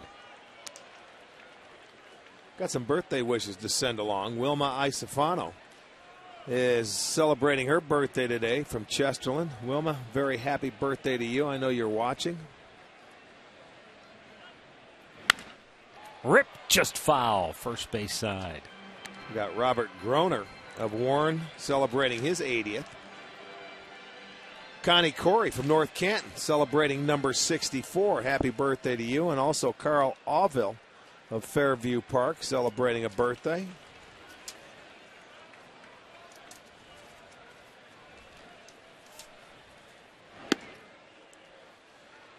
And our one anniversary of the day, Joe and Dora Katima of Charlotte, North Carolina, celebrating their 35th anniversary. Missed inside, 3-1. And we have, from what I understand, Shelly Underwood celebrating a birthday. Shelly, happy birthday. How about that? I hope she's out tonight doing something with the girls. No? She's not working, is she? No, she's not working. Good. Shelly, happy birthday. Chu drives one to center. Over the head of Don Kelly. And Shin-Soo Choo is into second base with a leadoff double. And the Indians' new leadoff man continues to lead off in fine fashion. He led off the first with a hit, led off the third with a walk, and scored now a double in the fifth. You know what? He has been exciting up there in the leadoff spot. He's brought a lot of energy to this lineup. I mean, that stroke has developed where he is really hitting the ball to left center field, to left field, taking it the other way. And he has put together some very good at-bats for the time he's been in that leadoff spot. With more on the Tribe's new leadoff man, here's Katie Witham. Well, guys, I actually spoke with Shin-Soo Choo about batting leadoff today. He told me before he was moved there, Manny Acta specifically came and talked to him and told him the reason they wanted to move him there was because he had one of the highest on-base percentages on the team. That was a stat that actually surprised him. And hearing that, he told me he really got a boost of confidence, and it took a little bit of pressure off. 7 games now, guys, in that leadoff spot.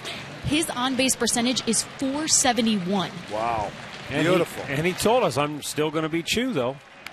Don't expect me to do anything else. Off his bat and his knee, didn't it? I hope not, as far as it ricocheted. I'm telling you, it did. If that only hit the bat, he's lucky. It looked like it hit the bat and the knee. Oh, he's lucky. Look how far it pushed the bat back. Yeah. Whew, I thought it hit him in the knee, too. 0 for 2 tonight is Kipnis. Fouled back out of play. And Rick, I'm thinking, trying to bunt on that 0-1 pitch, does that speak to maybe a little confidence issue right there? I got to get this guy to third. Well, in that situation, your job is to get him to third base. And obviously, he has been struggling, so he feels he may have a better chance bunting the ball, getting him over, and that didn't work, so you can tell he's scuffling. But anyway, as a hitter that you feel you can get him to third, you have to do it. Now you're up there just trying to put the ball in play. Back out of play. You're up there battling any way you can do. You'd like to get him over, but if you don't, you'll take anything to put it in play and not strike out, because he struck out his last at-bat. Sometimes that works out as a blessing in disguise. You don't get the bunt down, and all of a sudden you get a little heightened concentration, and you really zero in. Well, that's true, and you don't try and do too much.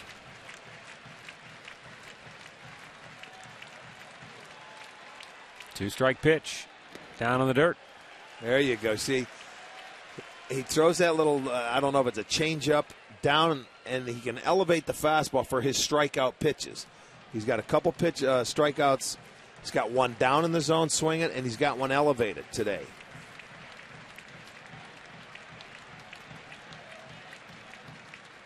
Porcello deals. Kipnis lays off. There it gets you go. away, and down to third goes Chew.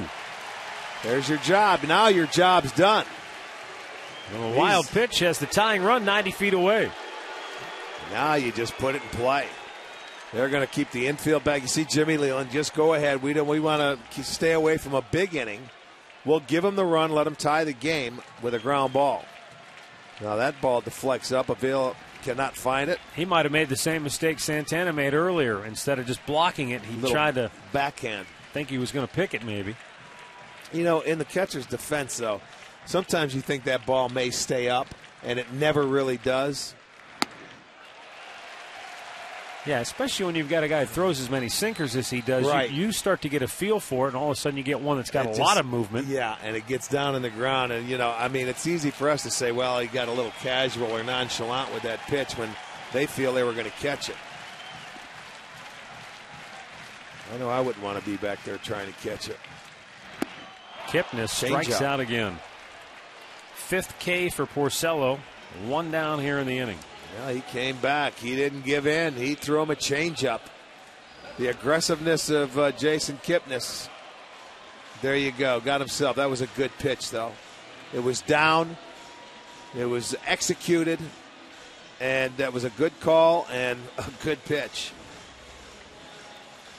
to get that first out. Now let's see where they play the infield. See if they're playing it in with Cabrera with 1 out. Yes, they are. Now they'll try and cut that run off.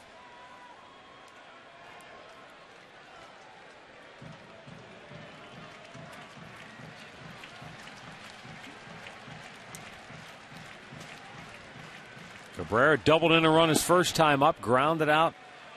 Last time up on a little check swing, Miguel Cabrera made a nice diving stop at third. Hit that same check swing, and it's a base hit.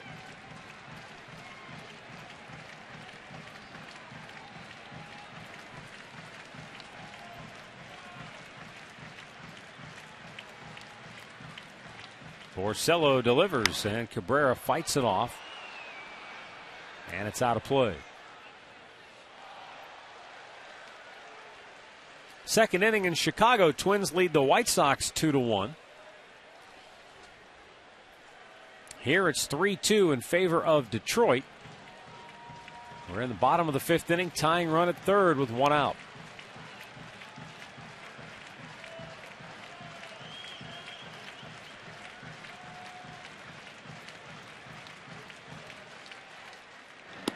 Down and in, 2 balls and a strike. You always think in a 1-1 count, a tight spot like this with that runner third, that 1-1 pitch is always so important.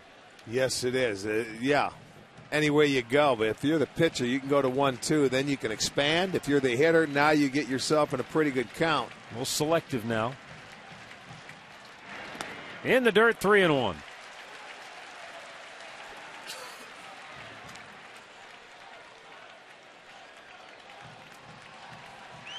Travis Hafner on deck.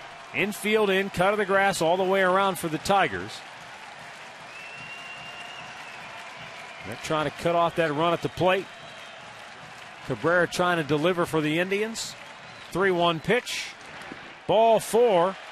Good block by Avila. Cabrera takes his base. Hafner coming to the plate. Before he does, our in-game recap brought to you by your Northern Ohio Toyota dealers. Indians struck first in the first as Dribble Cabrera opposite field RBI double off the wall scored Jason Kipnis. And Alex Avila in the second with a 3-run homer off Jimenez. Indians came back scratching one out in the third. 2-out RBI hit by Travis Hafner played at Chew.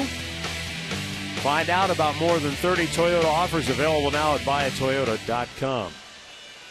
Opportunity here for the Indians now to tie the game with that runner at third and 1 out. Well, Hafner got the big hit in his last at-bat with 2 outs. He's been struggling in that situation. Let's see if it's given him any confidence. This is the guy you need in the middle part of the lineup. You need him and Santana to start driving in runs if this offense is going to do anything. And if this team, now that we're back into the Central Division play, are going to do anything in the next 12 games, they've got to produce if they want to do well against the Central.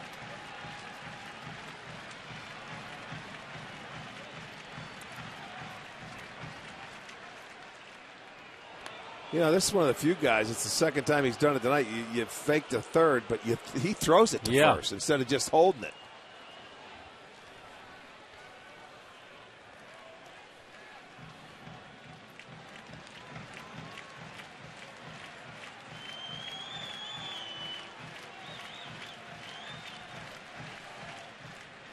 Hafner with a high fly ball center field. Don Kelly drifting over. He'll camp under, make the catch. Chew will tag, he scores, and we are tied at 3.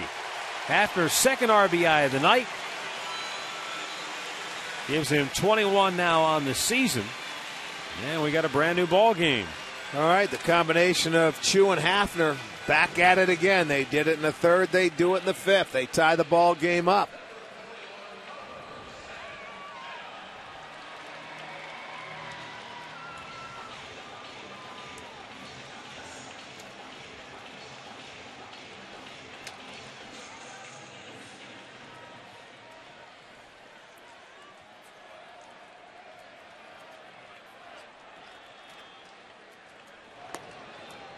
Cabrera back easily.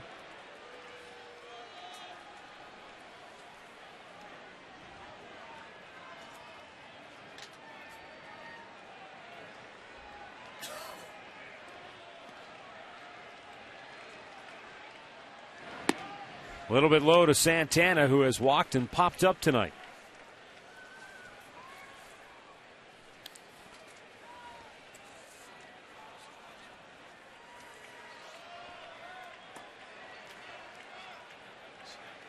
Now walk by Cabrera, who's at first, third of the night for the Indians. Santana bangs it right at the second baseman, Santiago, and that'll end the inning. But the Indians come back to tie the game 3-3 as we now go to the 6th.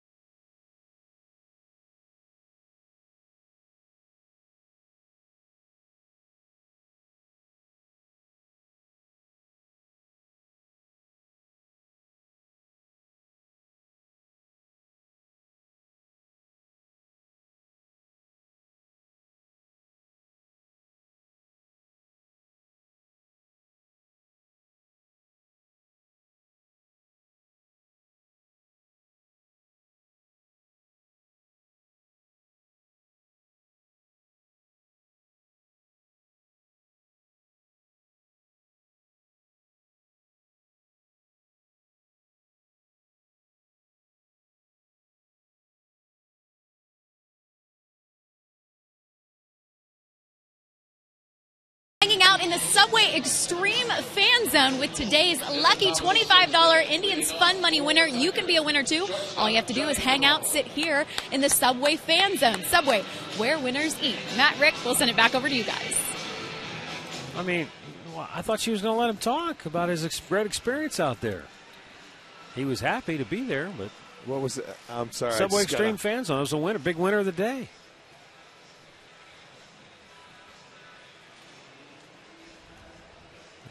Well, I guess he's a big winner because he got to sit next to Katie. So there you go. There you go. Tigers, Indians squaring off for the first of 18 meetings this year. 2 more coming up here at Progressive Field in this series. Tomorrow night again, 7 o'clock. And then Thursday is a 12 o'clock start here at Progressive Field. We'll have all the games for you on Sports Time Ohio, but sure hope to see you down here at the ballpark. Up high with the pitch. Zach McAllister, Doug Fister, the matchup tomorrow. And then for the 12 o'clock series finale, it's Justin Masterson against Justin Verlander. Yeah, McAllister in that spot for Josh Tomlin. He should be about ready to go, I think, isn't he? He's been working and making.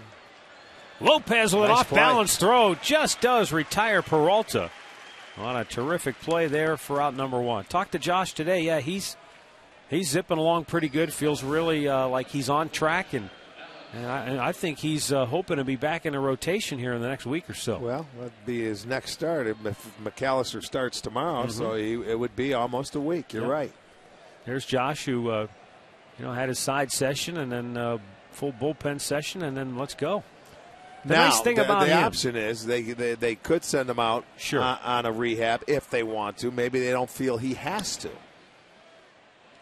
You know, the one thing about Tomlin is that, Rick, when you watch him pitch, he's pretty fundamentally easy going. He's not a mechanical, problematic guy. No, I wouldn't see. No, not like a lot of guys. He's got such command of the baseball. No, they may not choose to send him out. They may just plug him right into the rotation. Breaking ball and a good one, but it didn't get called. That is a good pitch.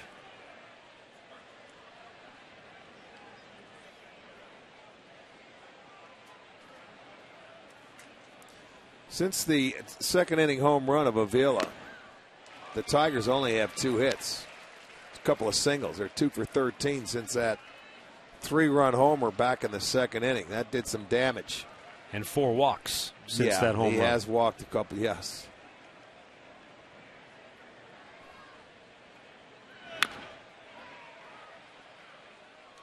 And I think therein lies the sort of the frustrating aspect of Jimenez. It's not a question of does he have good enough stuff. He clearly does. But when you walk guys and don't give yourself a chance. I mean, he's walked some guys on 4 and 5 pitches where he just doesn't give himself a chance to get it out. A good team, if you give them base runners, they're eventually going to get you. You know, we say two singles in that time, but there's also 4 other walks, so they're just a hit away from maybe opening up a big inning. Yep. Well, they've left 6 on base. Well, 5 in the last 3 innings.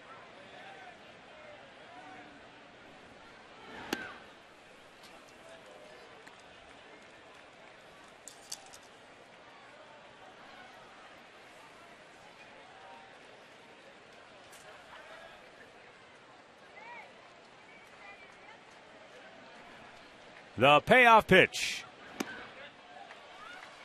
And a little bit high with the breaking ball.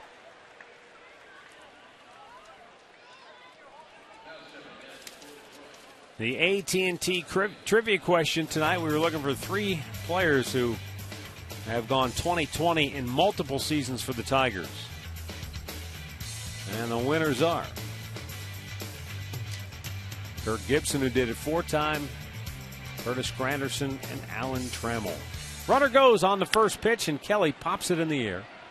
Left field, Damon coming in to make the catch. 2 down.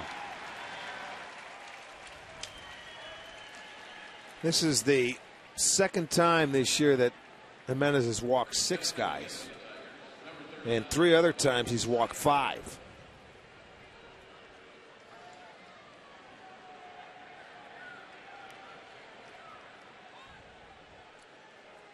So he now has 38 walks on the year.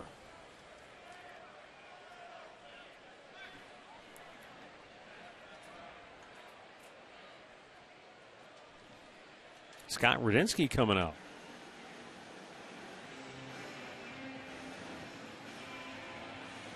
Tony Sipp up in the Indians bullpen. Jimenez is at 95 pitches on the night.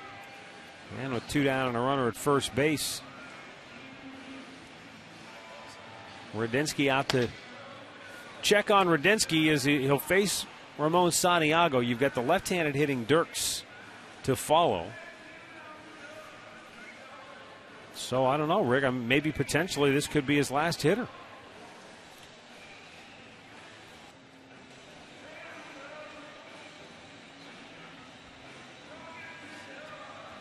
Now Joe Smith is also getting up and getting loose in a hurry. So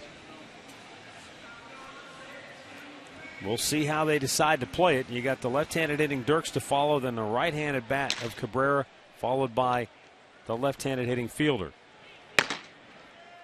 Santiago takes a called strike. He is 1 for 3 on the night with a base hit.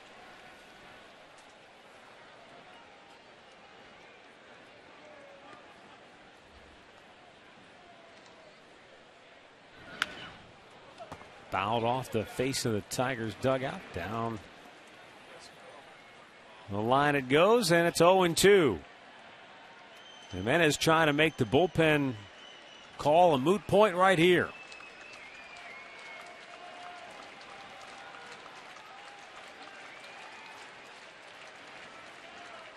And the 2-strike pitch. I think that got more of the plate than he probably wanted, but it's still just a foul back. Watch how far Santana's set up off the plate. And he reached back. Yeah. Yeah, he's in protect mode, too.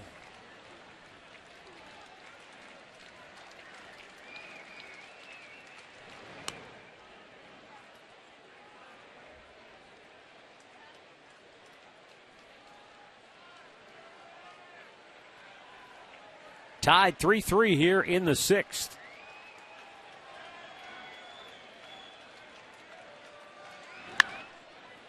Popped up, shallow right center. Choo! Cuts in front of Brantley and hangs on to make the catch. A near collision. But the inning is over, and we stay tied at 3.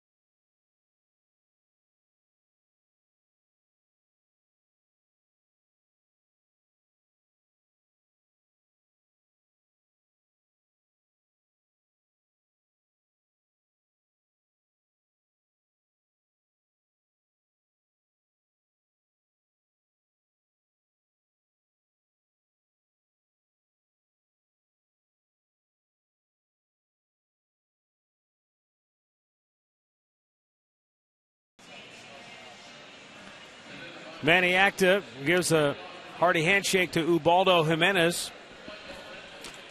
He went 6 innings tonight, 98 pitches. He did walk 6. Allowed 5 hits, but just 3 runs on that one swing of the bat by Alex Avila.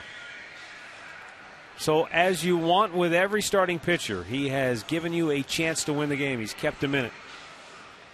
It was ugly at times because of the walks, but he didn't break. He didn't give in and allow Detroit to open up a huge lead in this game. And so now it's a battle from here on out. 3-3 game, and leading off, Michael Brantley in the bottom of the 6th takes a strike. He's 0 for 2 tonight.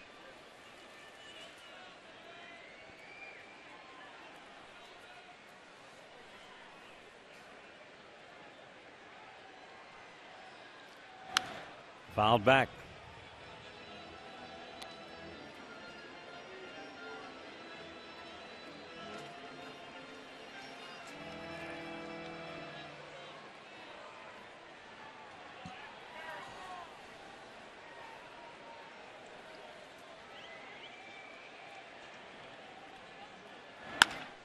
Line to left on an 0-2 pitch, a base hit for Michael Brantley.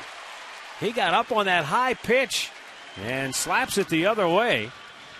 And that's the 6th hit of the night for the Indians. Well, he tried to run it by him upstairs. It looks like Avila wanted it down, but that one goes up. And Michael got on top of it. You're right, an 0-2 pitch. So it's something that he's going to shake his head and say, I got too much of the plate. 0-2. Brantley leads off the 6th inning with a single.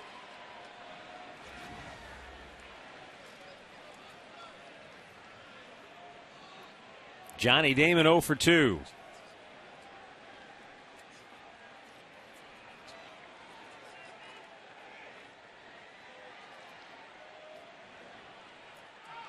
Runner goes, pitch up high, throw down, not in time.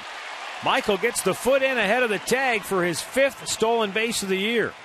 And the go-ahead run in scoring position with nobody out here in the 6th. Second stolen base of the night. This throw short hops Peralta at short, so watch his glove have to come up before he can apply the tag.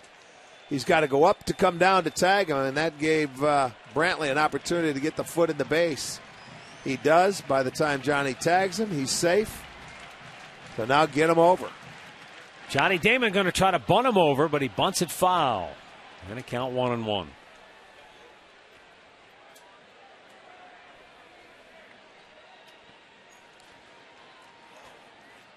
They've got a couple of arms up in that Tigers bullpen. Only 88 pitches on the night for Porcello.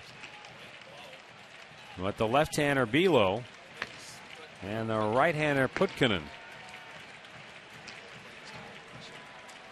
Nothing doing at second base.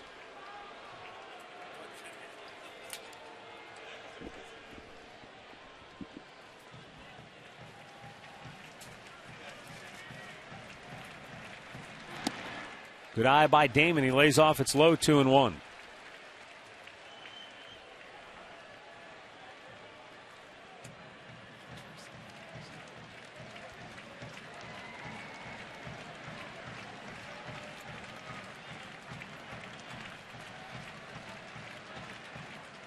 Porcello fires to second base and a little high with the toss, but Peralta right there to grab it. Now just trying to keep him one step closer to second.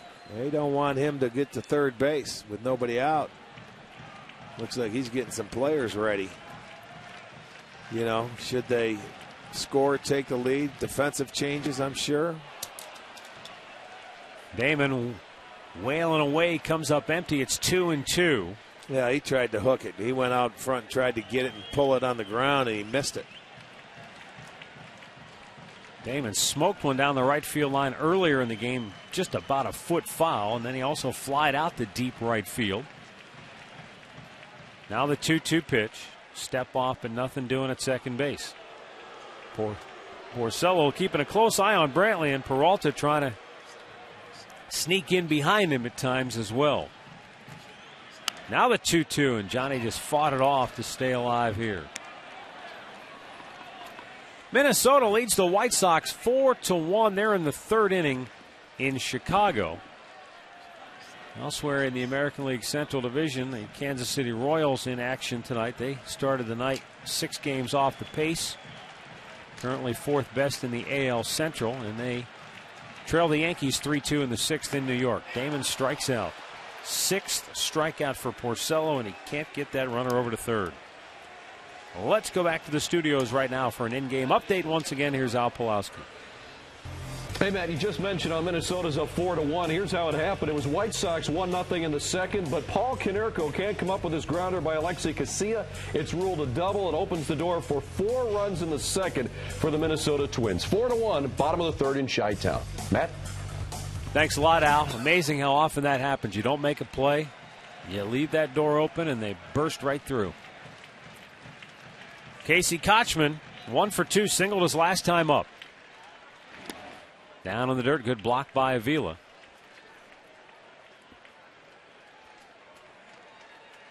No, wild pitch played a key role in the Indians tying this game.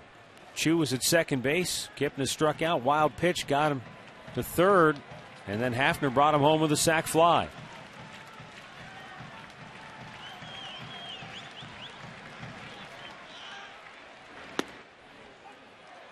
Takes a strike. It's 1-1.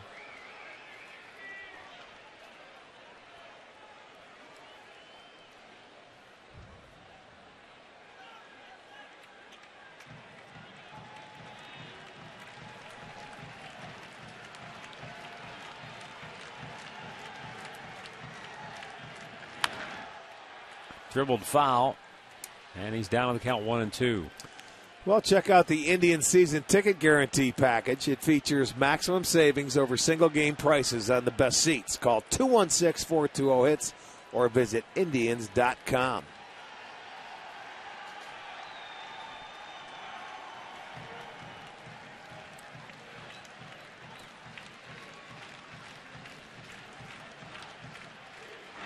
Kochman, line drive, base hit center field, coming around third. Brantley's going to be waved home.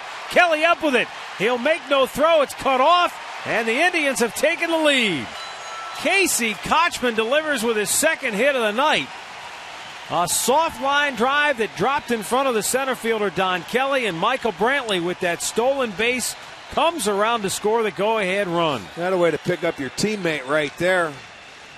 You know, Johnny goes up there, strikes out, but Kochman picks him up. Now he doesn't feel bad. That ball was upstairs, middle of the plate.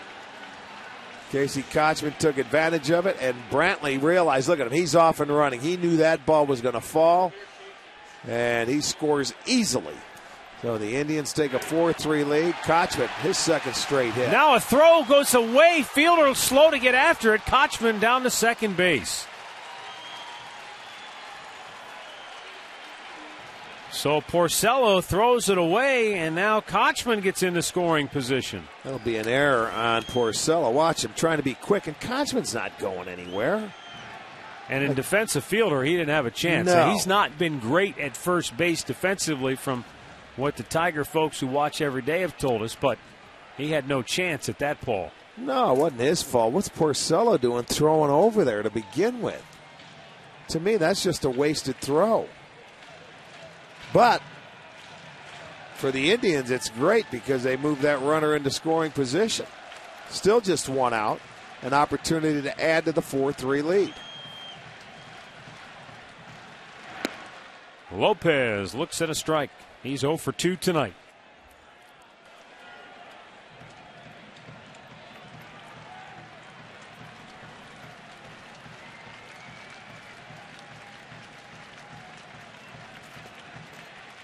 Porcello fires, and it's a little bit low. Jose Lopez struck out his first time up, flied to left in his last at-bat, riding a 7-game hitting streak here tonight.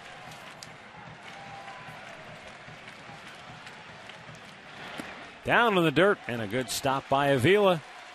You know, the nice thing about this inning is Brantley was down in the count 0-2, leading off the inning, got the base hit. Yep. Kochman down in the count 1-2, ended up getting the base hit. So they were down to their last strike and able to put it in play and take advantage. Here's the 100th pitch of the night for Rick Porcello. And Lopez lines it the other way. Bosch can't make the catch. Kicks off his glove, rolls to the wall. Kochman scores. Lopez into second. The Indians have scored twice here in the sixth, and they lead it 5-3. Boy, Jose Lopez taking the ball to the opposite field and extending his hitting streak to 8 games. Comes up big, man. That is a big hit. Bosch had a chance at it. He gets leather on it. He can't hold on to it. This ball coming back to him. You see on the dead run, he gets over there and hits off the thumb of his glove, and it ricochets away. That's one thing where they have had some problems playing defense. Not that that was an easy play, mind you. But that ball's not caught. Lopez to second base, and Porcello's night is over. So Jose Lopez, who has filled in nicely during Jack Hanahan's absence, comes up big for the Indians. They lead it 5-3. We've got a timeout here at Progressive Field.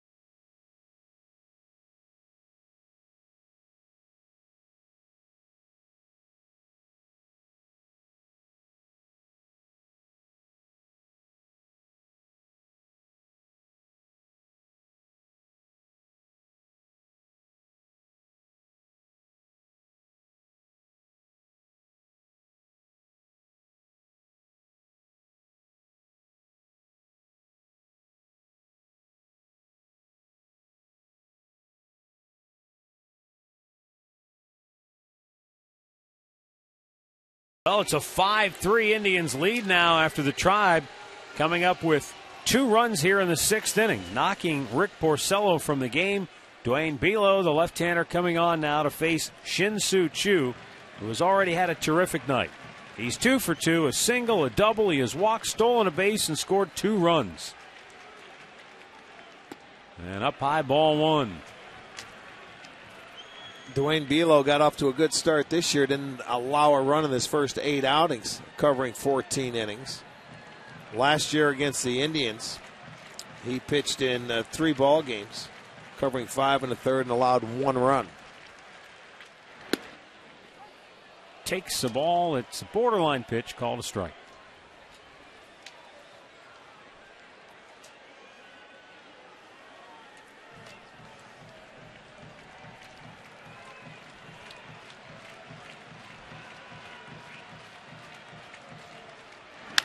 Right back to Porcello, and Lopez caught in a rundown. He's urging Choo to get around the bag quickly to try to get to second. Good job. And he does. He did his job. There are 2 down now. He got caught in nowhere's land. He's stuck between second and third because Belo caught that ball. And as soon as he saw it, he was waving. Choo, go ahead, man. Get into scoring position because I'm in trouble here. And he did. He stayed in the rundown and allowed Choo to get into scoring position. So actually he did his job as a base runner. Look at him get going. And that throw right there made Cabrera run him all the way back, and that allowed Choo to get into scoring position. That's good. Choo picked it up and took off. Very good. All right, so Jason Kipnis 0 for 3 on the night. Looking for that 2-out knock, takes a strike over the outside corner. Well, the 3rd time was the charm for the Indians. facing Tiger starter Rick Porcello. Third time through the lineup, they went 4 for 7 with a walk, sac fly, scored 3 times against him. And that has not happened to him much this year, because as we pointed out in the early in the game, his first inning ERA coming in, Rick Porcello, was over 15, which is just incredible. But the rest of the game, his ERA is 2.87. Yeah, and he usually gets better that third time through, but tonight the Indians took advantage of him. They made the adjustment.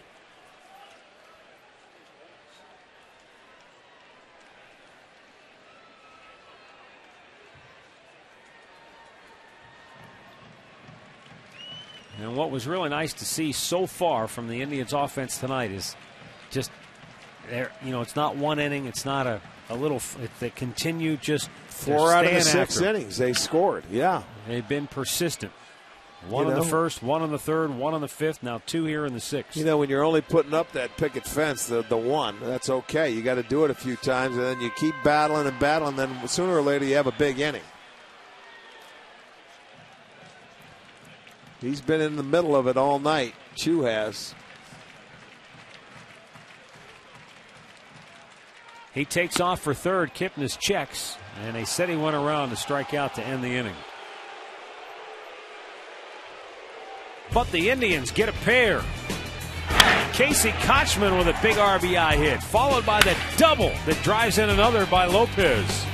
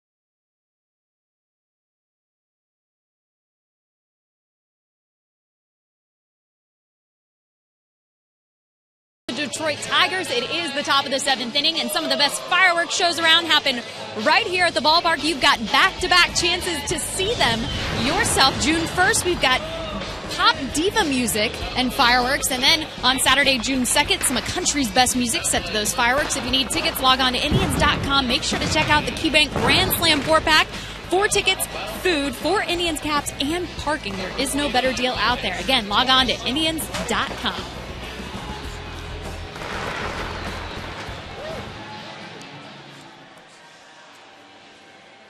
Let's go to the 7th inning. Indians on top 5-3. And on now for the Tribe, Tony Sipp, making his 19th appearance of the year. He'll be facing the 2, 3, and 4 hitters for Detroit. So this is a big inning because you've got Dirks, then Cabrera, and Fielder. Aaron Cunningham has come on defensively for Johnny Damon in left field.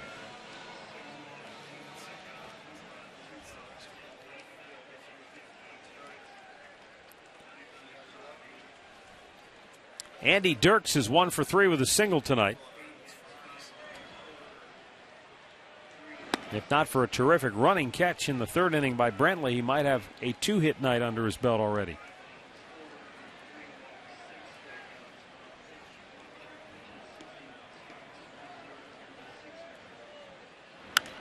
Popped back out of play.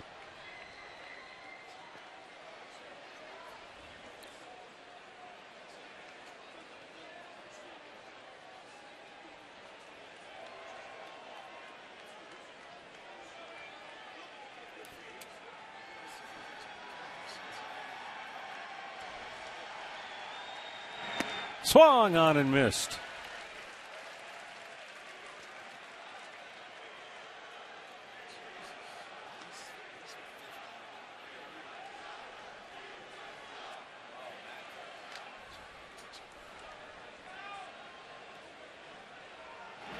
Got him to chase.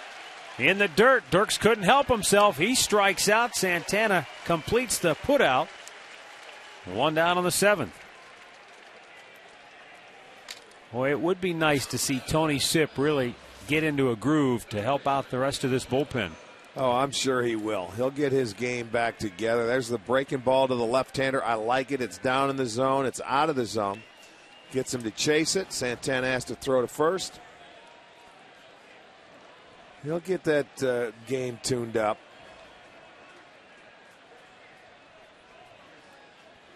You know, the competition out there is just too strong not to. They'll pick you up. The slack, they'll pick you up out there. And I'll tell you what, if you want to maintain your role out there, you've got to continue to pitch well.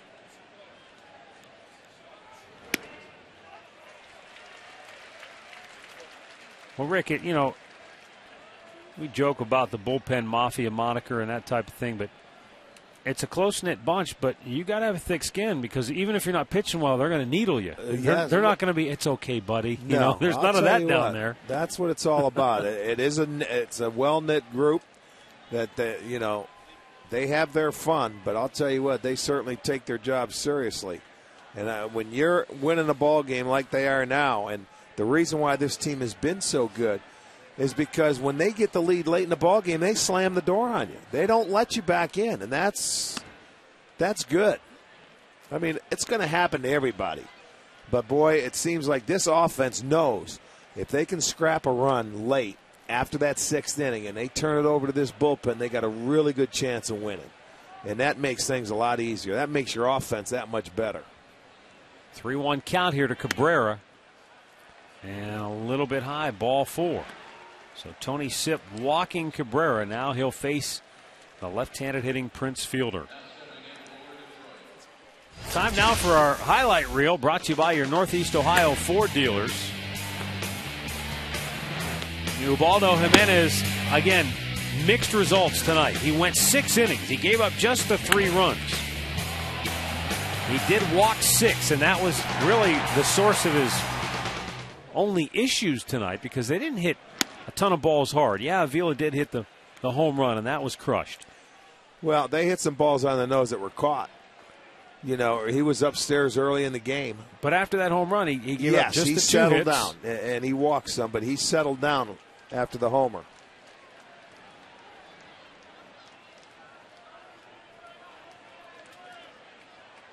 Sipp delivers, and it's way up high, 2-0.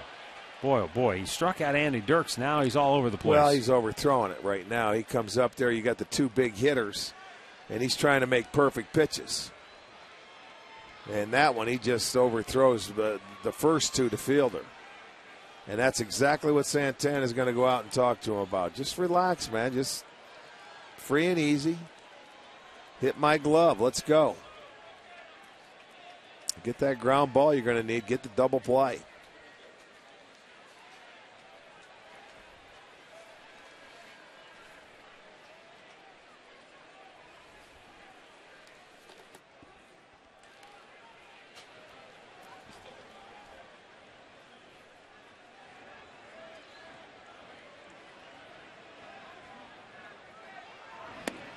Down low. No, in there, a strike. Slowed him down a little bit and called the breaking ball. So he wouldn't overthrow. That's good by Santana. Nice call.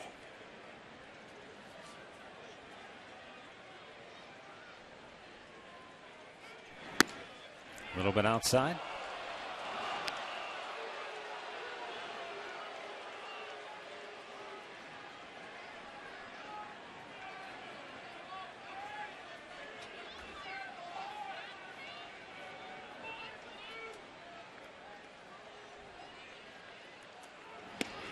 There's another called strike.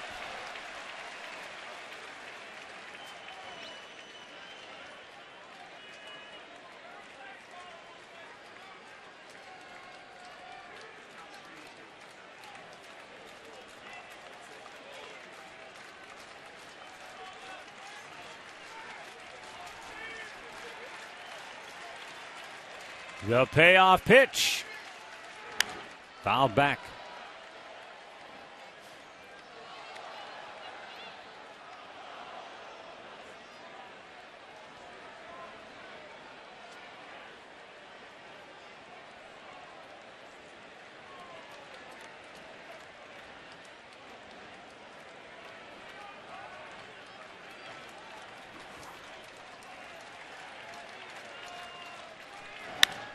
Fielder rips it down the line, but foul into the corner. Okay, got away with one there.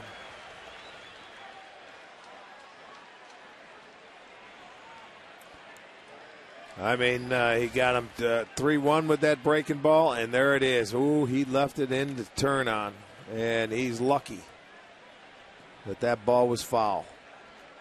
That was not down and away. That hung. He'll come back with that fastball out, back down and away. The payoff pitch again. Ryan, line drive to right. Chu races and drops the ball, but he'll get the force at second because Cabrera, nothing he could do. He thought for sure that Chu would catch that ball, and it just doinked right out of his glove. Well, he should have caught it, and it looked like he was trying to throw to first base and get a double play. And he just didn't get the ball, but I'll tell you what, he jumped on it quickly. See, Cabrera, he's going to stop. He's not going anywhere, but Chu, I think, took his eye off the ball. He flips it in, though, and gets the force. It's a fielder's choice. It'll go 9-6. And so with 2 down, Manny Acta's going to go to his bullpen. Tony Sipp heads to the dugout. Joe Smith is coming on when we come back.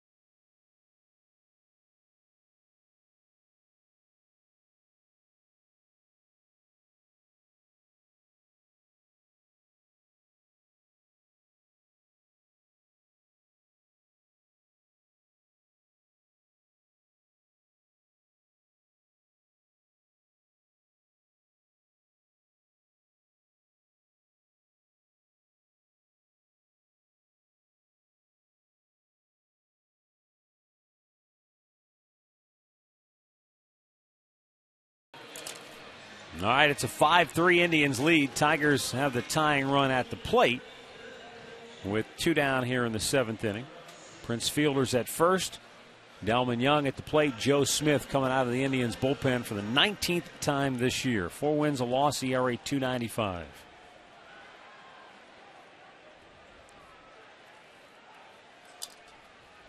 And Young drives one to right center, but Chu is there. He makes the catch, and the inning is over. 1 pitch.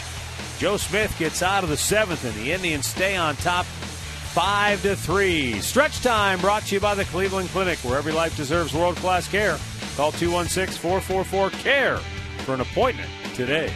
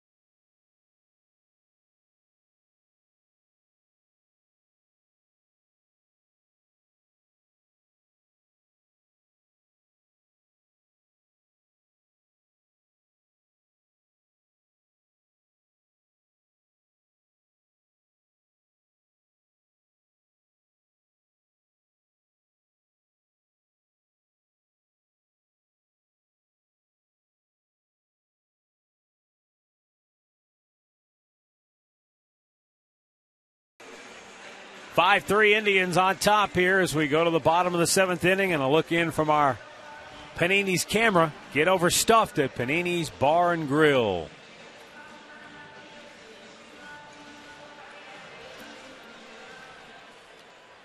Well, the Tribe with a run on the 1st, a run on the 3rd, a run on the 5th tied the game, and then 2 in the 6th to take the lead.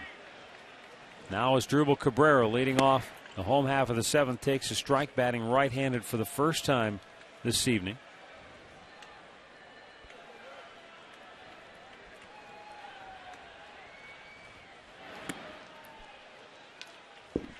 One and one to count.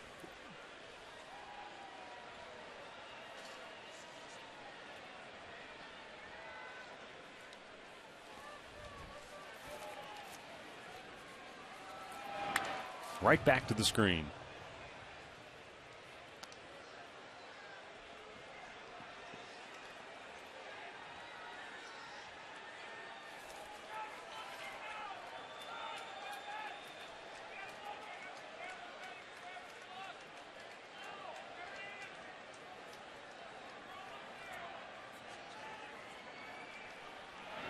Up and away.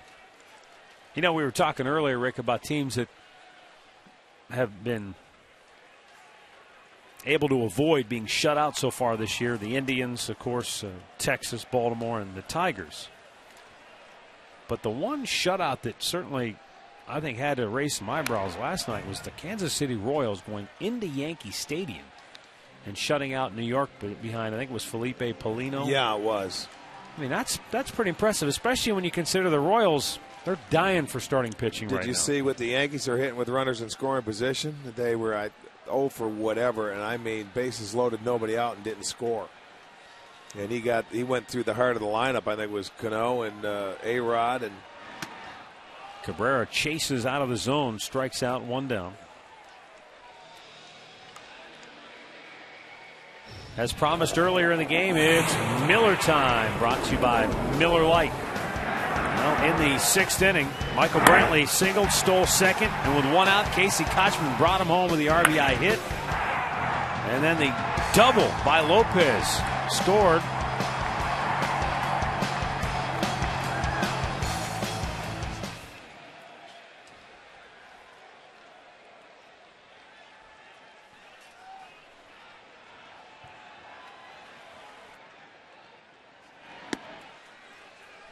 Travis Hafner looks at a ball down low.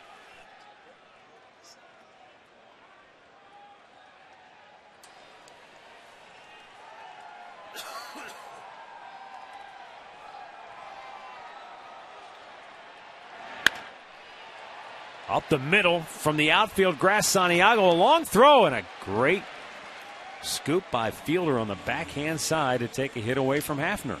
2 down.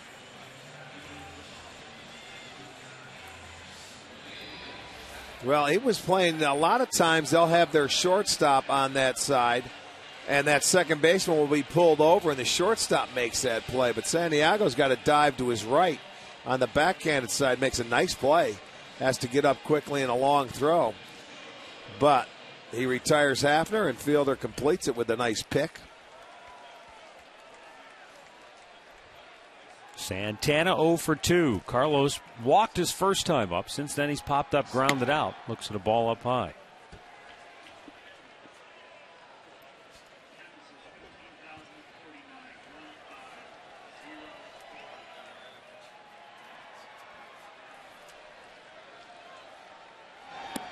Santana, big swing and a miss.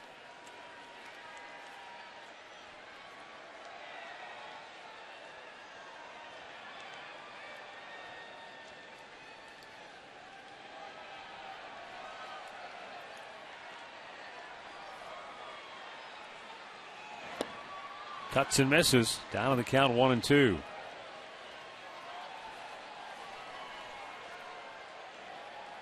Putkinen warming in the Tiger bullpen, the right-hander. Belo sets.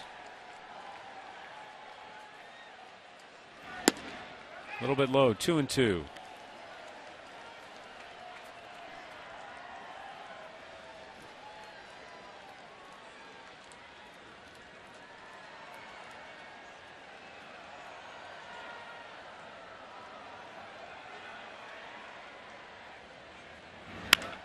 Ground ball single into left field. Santana finds the hole on the left side, keeps the inning alive. 9th hit of the night for the Indians.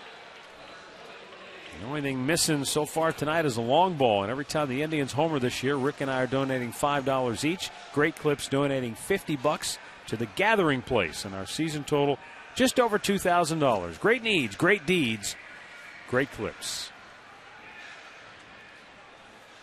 Michael Brantley 1 for 3. He singled, stole a base, and scored in the 6th.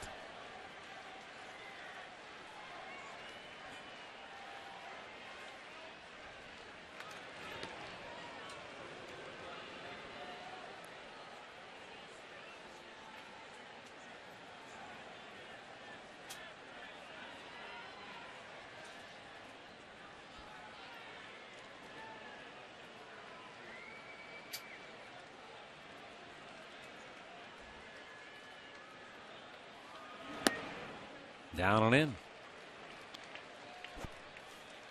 Boy, Minnesota really putting a hurting on the White Sox tonight. 9-1. Twins over the White Sox in the 5th in Chicago.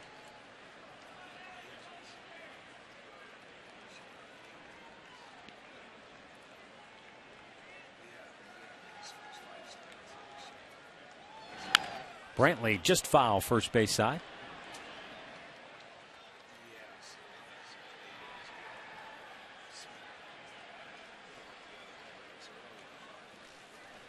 You were talking, Rick, about the Yankees and their inability to hit in the clutch last night. Really struggled. Look at the AL East standings with Boston and New York, both right at 500, last place in the AL East. Yeah, Baltimore, the surprise team in that division, without a doubt. I mean, their bullpen is really a different animal this year. Starters have been better, but the bullpen it's shut down for them.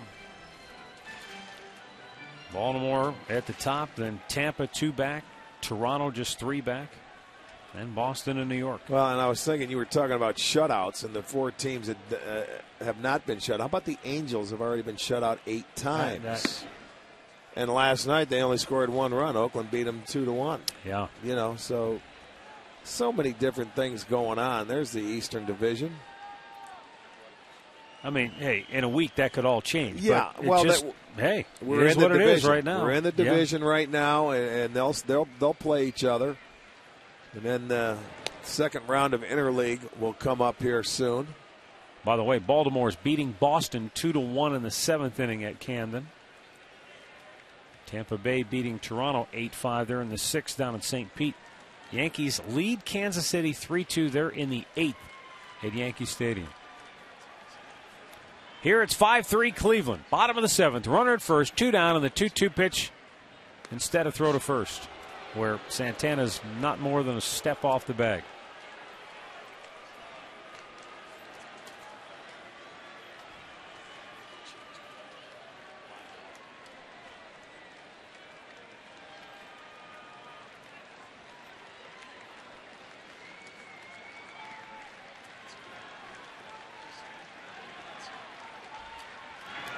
In the dirt.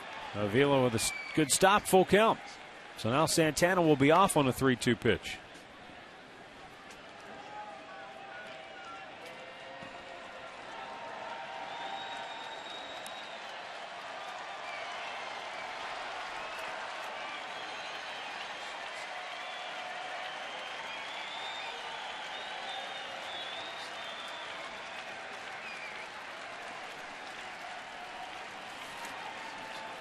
Now the set.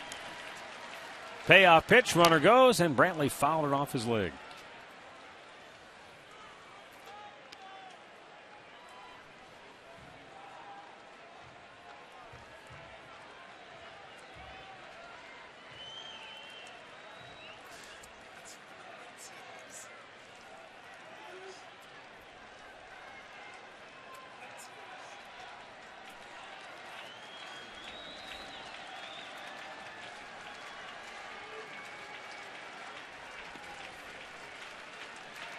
Again, Santana will take off on the 3-2. Brantley with a high chop off the plate. Fielder, quick flip, didn't do it. No, Brantley beats him, And into third goes Santana. That was the old Baltimore chop, Rick. Yes, it was. That was a chop, and that gave Brantley ample time to get down the line and hustle to beat it out. Fielder almost had to make a fair catch by the time he was waiting for it, and the pitcher's getting over. Belo got over there. Watch, he knew. He got over there in time. That ball just hit so high off the plate by the time he come to first and underhand it.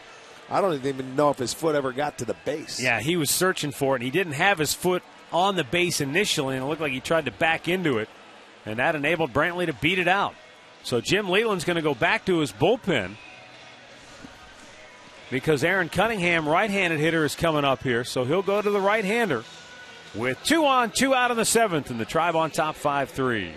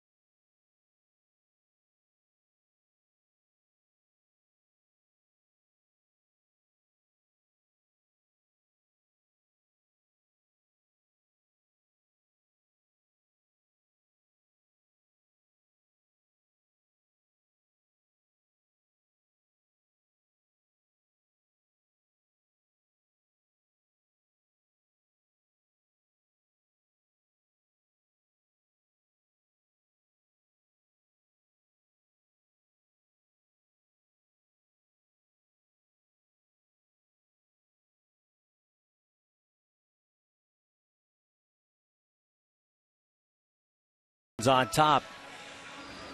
Let's take one more look at the play and watch Belo looking for the bag, but his foot wasn't there initially, and then he tried to push his heel up against the bag. I think Brantley beat it out anyway, but the fact that he wasn't on the bag initially to begin with killed any shot he might have had. Luke Putkinen on for Detroit. 6th appearance of the year. No wins, 2 losses. He has given up a dozen hits in his 6 innings of work. Yeah, the first time he has faced any of the Indians. Indians with 10 hits on the night.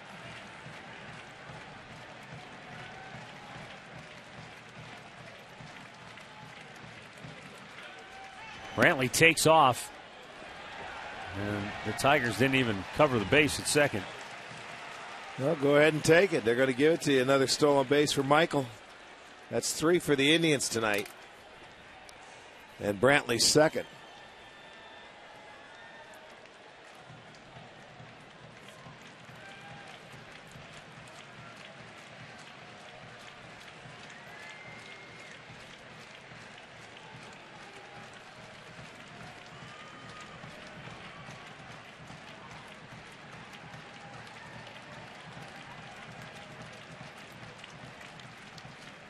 The 0-1 way outside.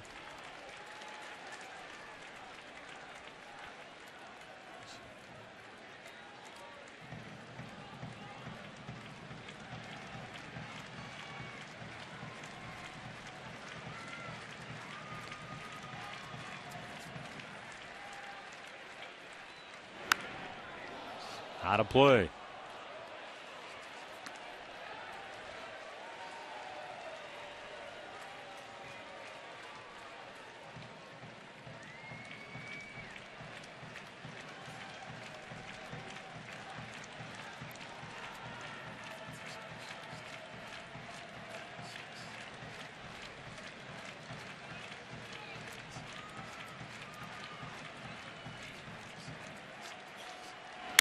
broke his bat, and the ball never left the box. They'll need a new piece of lumber. Yeah, that's going to be firewood. That was deep into the kitchen right there. You talk about a two-seamer running in. This just above his hands. I mean, that ball went so deep it just went straight down.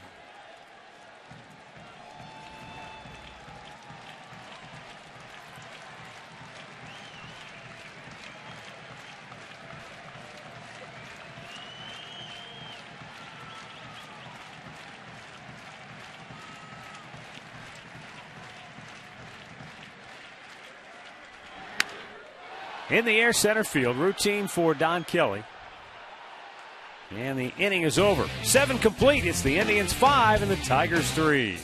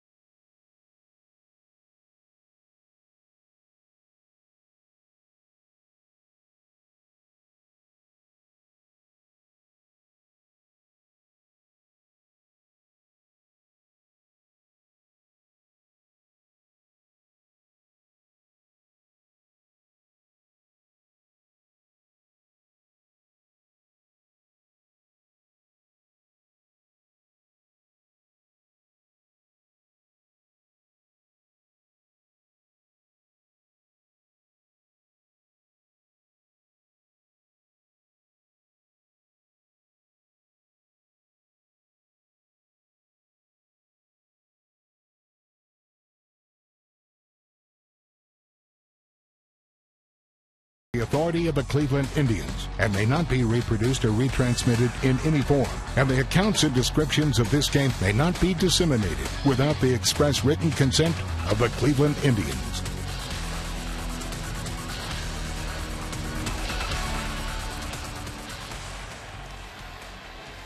It's a 5-3 Indians lead as we go to the 8th inning. And coming on now for the Indians is Vinny Pastano. Joe Smith working 1/3 of a scoreless inning. So one pitch. That was a tough night of work right there. One pitch. Pastano on for the 20th time this year. And he'll be facing Brennan Bosch, Johnny Peralta, and Alex Avila. He's on for the 20th time, but he also has 10 holds, so he's done his job very well.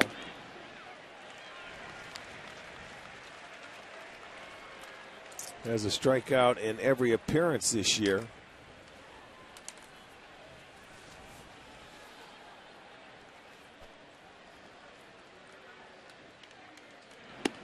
Good off-speed pitch. And he's quickly ahead 0-2.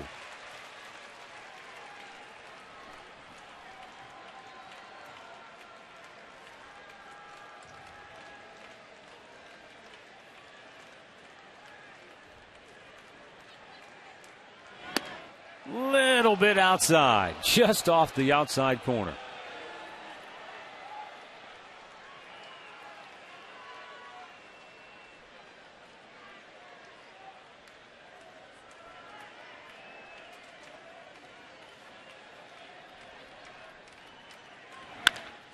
Hard hit ground ball to second. Kipnis gobbles it up, throws him out, one away.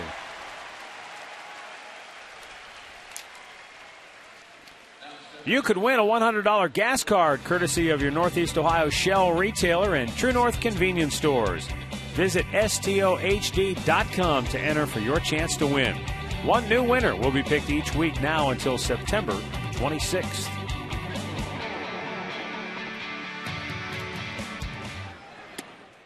Low and away, ball one to Johnny Peralta, who is 0 for 2 with a walk and a run scored.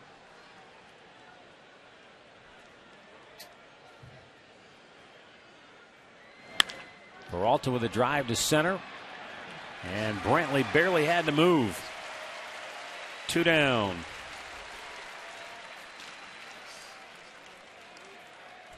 It'll bring up Alex Avila, whose 3-run homer has accounted for all of the Tigers' offense tonight. One swing of the bat back in the second inning. And it gave Detroit a 3-1 lead at the time. But since that home run, the Tigers have just 2 hits.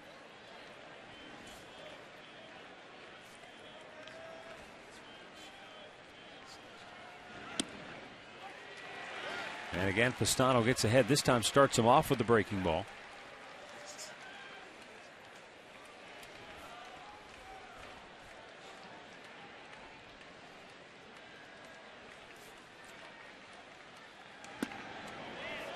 Just off the inside corner.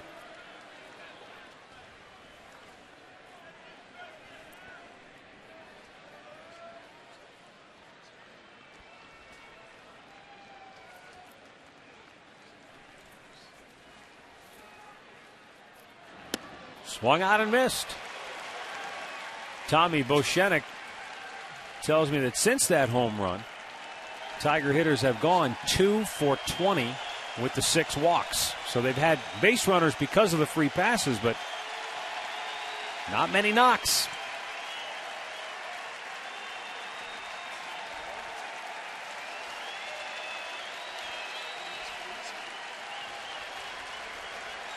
Two down on the 1-2 pitch. Swung out and missed. He got him. Vinny Pistano, a 1-2-3 8th inning. And the Indians rolling 5-3.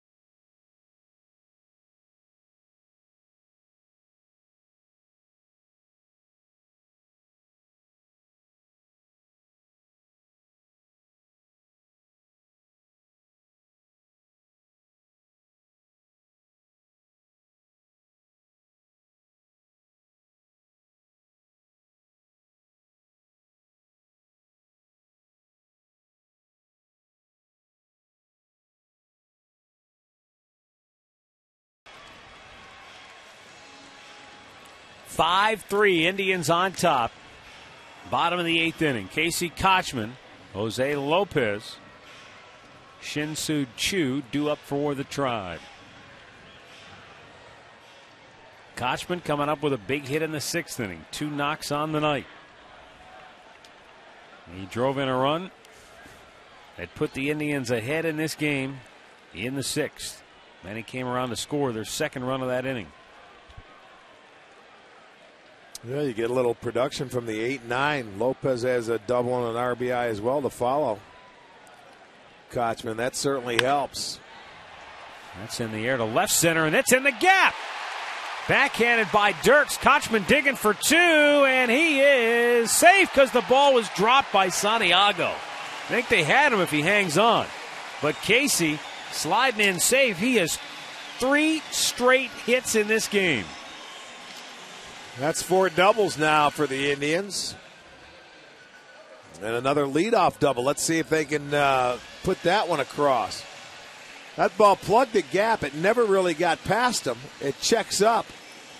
And you can see Dirks in left field gets it in. And let's see, Santiago goes. If he catches it, he brings it back, but never held on to the baseball. Looked like he might have had him. As it stands, the leadoff man's at second for Lopez. He's 1 for 3 with an RBI double and looks at a ball low and away.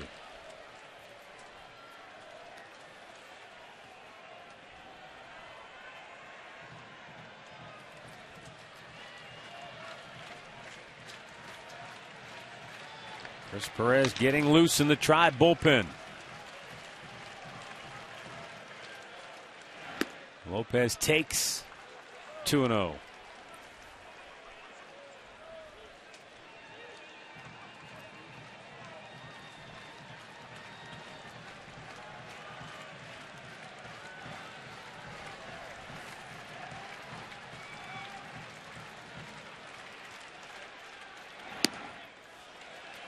Down low, ball 3. With Shin-Soo Choo waiting on deck.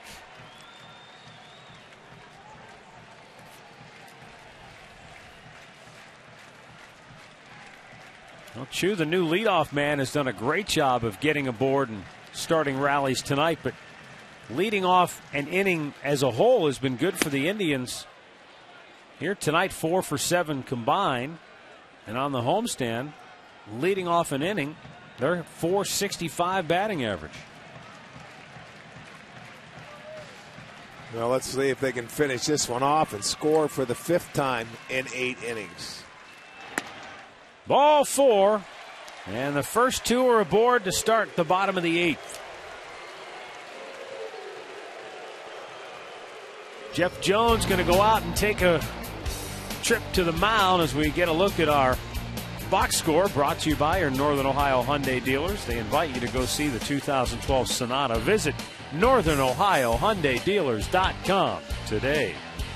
Choo with a couple of hits. He has scored 2 runs.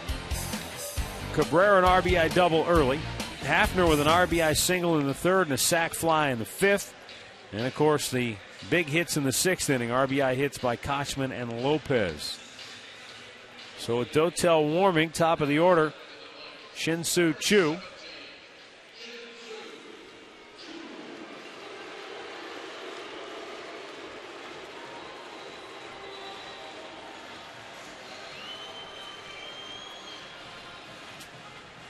Trying to really open it up now.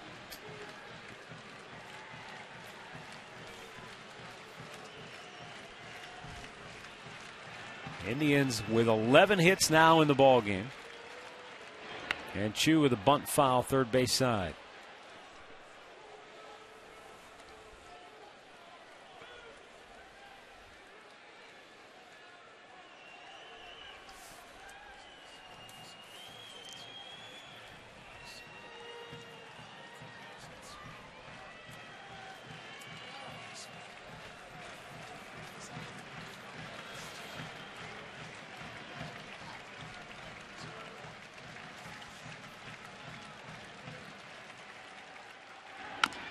High chopper off the plate. Santiago tried to get the tag, didn't do it, and just does get Choo at first. And that was a very close play there. Well, he tried to make the swipe tag on Lopez. And he was lucky because that almost cost him. Jimmy Leland's coming out. He was trying to say he was out of the baseline, which he was not. He was past him. He wasn't out of the baseline by any means. But you see that little play right there almost cost him. He just did get Choo.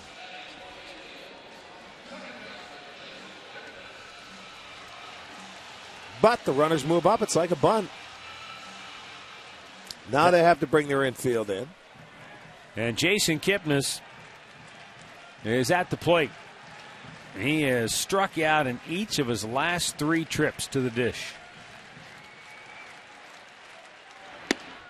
Takes a look at a ball down low.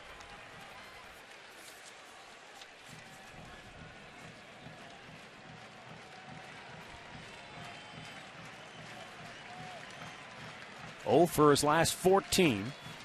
Trying to snap out of it here. Takes, it's outside 2-0.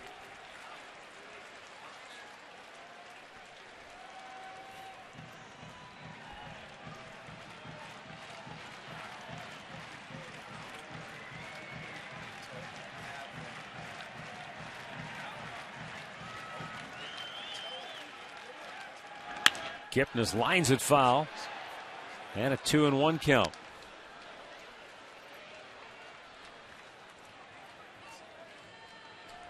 Now, we talked about it earlier. Jason Kipnis and Michael Brantley have started every game together since April 24th. 27th straight start tonight for both of those players. So for Michael and for Jason, they have been warriors, really. I mean, when you got to suit up every day, no day off. Well, I can already see he's doing something different in this at-bat. He doesn't have his hands straight back out and then pulling it back up. He's going down straight underneath. up. He's going down and going up, so he's trying something different. I don't know if it's to relax anything, but it is different for him. Fielder had to flip it back and couldn't get it in time. And Kipnis has himself an infield hit. Hey, you'll take him any way you can get him. That stops a 0 for 14 for Jason. He just hustled down the line. Yeah, look at the smile. By the time Fielder got it, he had to reverse pivot, and that long flip just couldn't get it there in time. Well, you have to peek at the guy at third base. With his momentum coming in, the pitcher wasn't at the bag anyway. So he beats it out. That'll go as an infield single. And now the Indians with a real good opportunity to add on now. Second time tonight, Kipnis has used his hustle to beat one out at first. It was a fielder's choice. He stayed out of a double play in the first inning, and that was a key play because it led to the Indians' first run of the night. Cabrera this year with bases loaded. He's 0 for 2. One for 3 on the night. He's 0 for 3 totally. 0 for 2 with less than 2 outs like they have right now.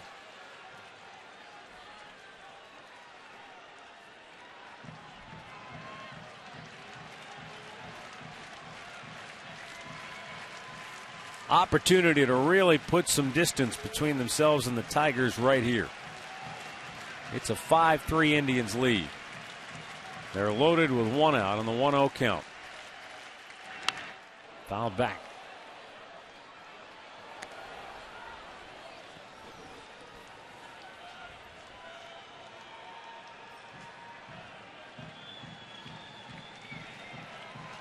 Casey Kochman is at third. Jose Lopez is at second, and Kipnis down at first. Tigers infield halfway in. Even with the bags at the corners, middle infielders trying to turn 2 if they get a hard smash hit to them.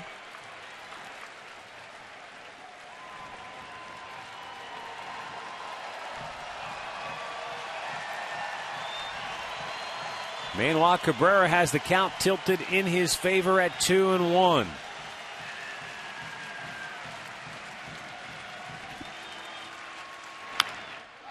And he might have chased a bad pitch there. 2-2.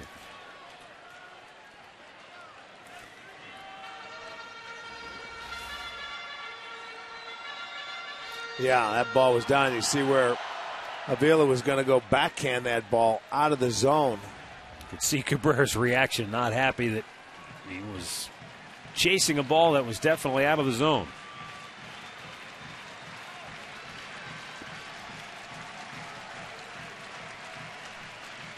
Now the 2-2. Right field. Bosch makes the catch. Tagging, coming home. Kochman. Here's the throw, and he is out at the plate to end the inning. So the Indians load them up, but they cannot score. And we'll go to the 9th, 5-3 Cleveland.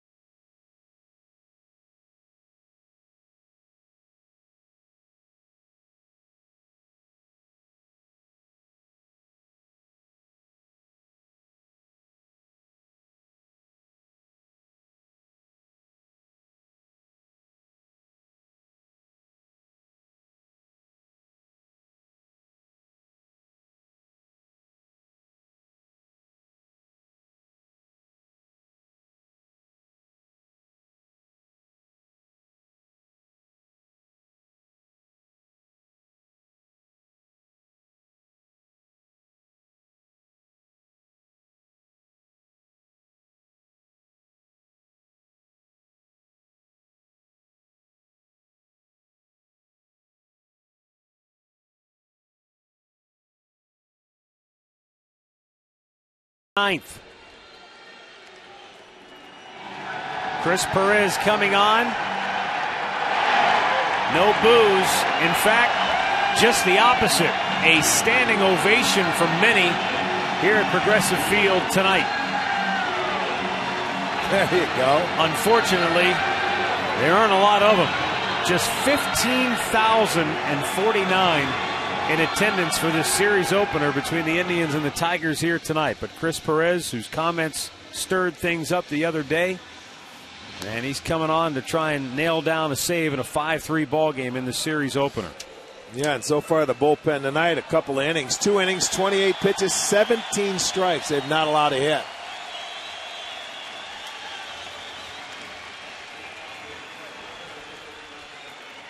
Perez will face Don Kelly. We just had the Chris Perez jersey giveaway a couple of days ago. Don Kelly to lead it off, then Ramon Santiago and Andy Dirks due for Detroit in the 9th.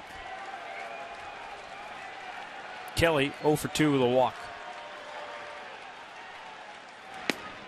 Perez with a fastball strike. I tell you what, the other day, that game he came in to pitch against the Marlins was as nasty as I've ever seen him. I think he threw 10 pitches, 9 strikes. 10 pitches. And 7 called strikes.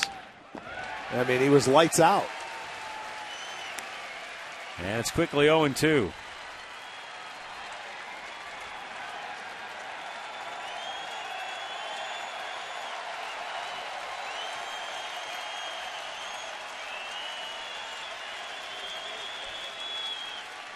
Two-strike pitch fouled away.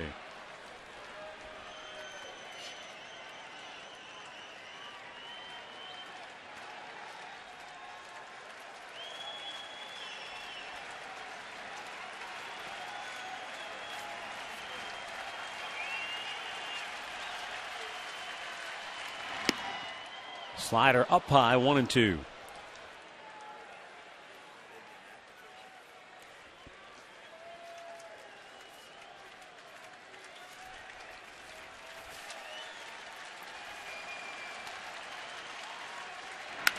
In the air, left field. Cunningham over near the line. 1 away. Stay tuned after the ball game for the Conrad's Tire Express and Total Car Care post-game show. We'll look back at the highlights. And then we'll talk with one of the heroes of tonight's game, as well as look forward to Game 2 of this 3-game series, which comes your way tomorrow night at 7 o'clock. Ramon Santiago 1 for 4. Takes its up high, ball 1.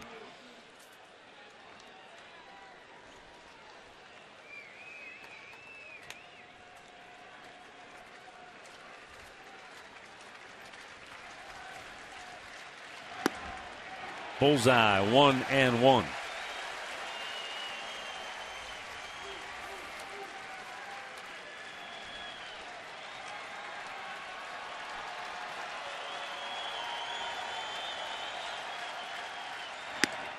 A little bit high. 7th inning in Chicago. Twins over the White Sox 9-1.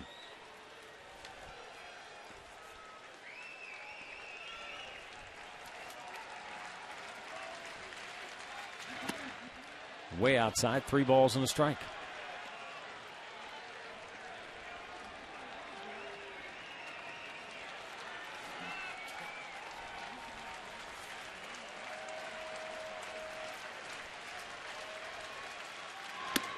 And he walks Santiago. 1 on, 1 out. And Andy Dirks coming to the plate. Dirks 1 for 4 in the ball game. He singled back in the first. Since then, he has flied out, grounded out, and struck out.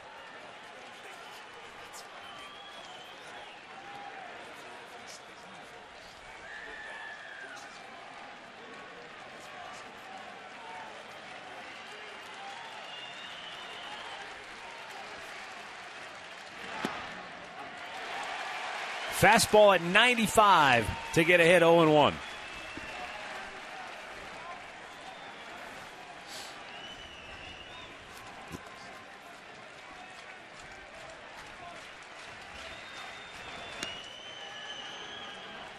That is the 7th walk since the home run hit by Avila in the 2nd inning.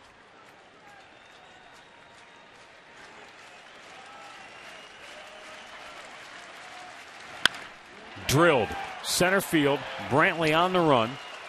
On his way to third is Santiago. Tigers at the corners with 1 out.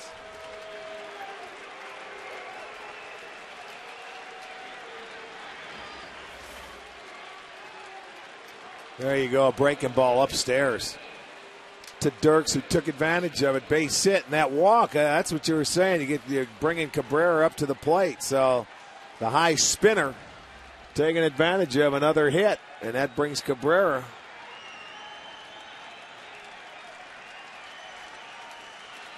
Well, you talked about that slider. Second time, it was taken for a ball earlier, I think, by Santiago, but that slider's kind of spinning. It wasn't biting, doesn't going have down. That downward movement. Maybe not behind it, maybe got underneath it. Cabrera shoots it foul the other way, and he takes a look at the barrel of his bat after that swing.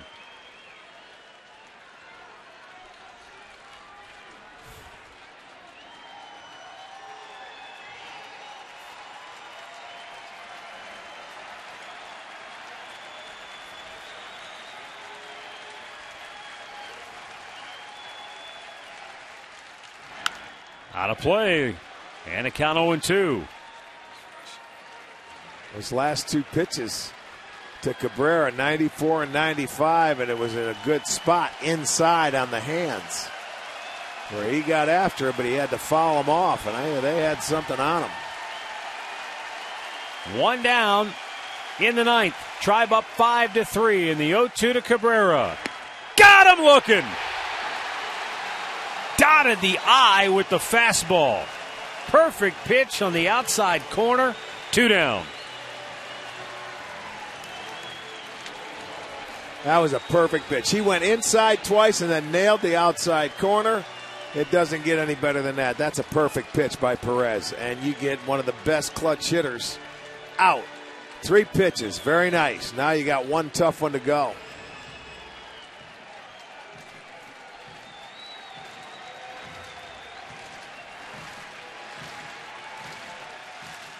And Prince Fielder looks at a pretty good pitch, called ball 1. Prince Fielder 0 for 4 tonight. He has lined out, hit into a double play, struck out, bounced into a fielder's choice, and now it's 2-0. I shouldn't say he bounced into a fielder's choice. He lined out into a.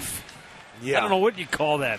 He had a line drive to right field that Chu just dropped and then forced a runner at second base on.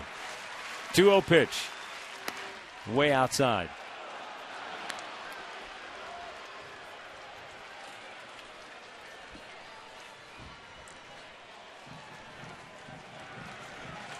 Delman Young waiting on deck.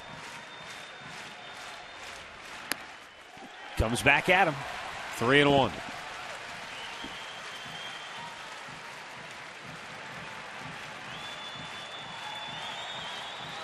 This will be the 20th pitch of the inning. 2 on, 2 out, 3-1 pitch. Ground ball. That's Lopez at third. He flips to Cabrera to end the game.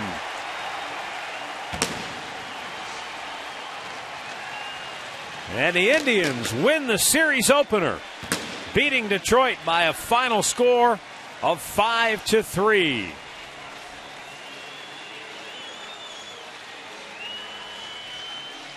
Chris Perez gets out of the 9th and picks up the save. It's his 14th on the year. The winning pitcher, Ubaldo Jimenez, is now 5-3. The loser, Rick Porcello, he drops to 3-4. With the win, the Indians are now 24-18. Tigers drop to 20-22. Detroit falls 4 games in back of the Indians, and it looks like the White Sox will fall 3.5 games in back of the Tribe. Time now for our play of the game, brought to you by KeyBank. Casey Kochman comes up in a big hit right here to give the Indians a lead. That coming back in the 6th inning. It scores Brantley. And then Lopez followed that one, so they added on. That was a huge hit. He's starting to get some big hits for the Indians right now. That put them ahead to stay. Our play of the game is brought to you by KeyBank, the home of relationship rewards. Earn reward points, redeem for gifts. So the Indians get a big series opening win over the Tigers. 5-3 is the final score. Down to the field, here's Katie Witham.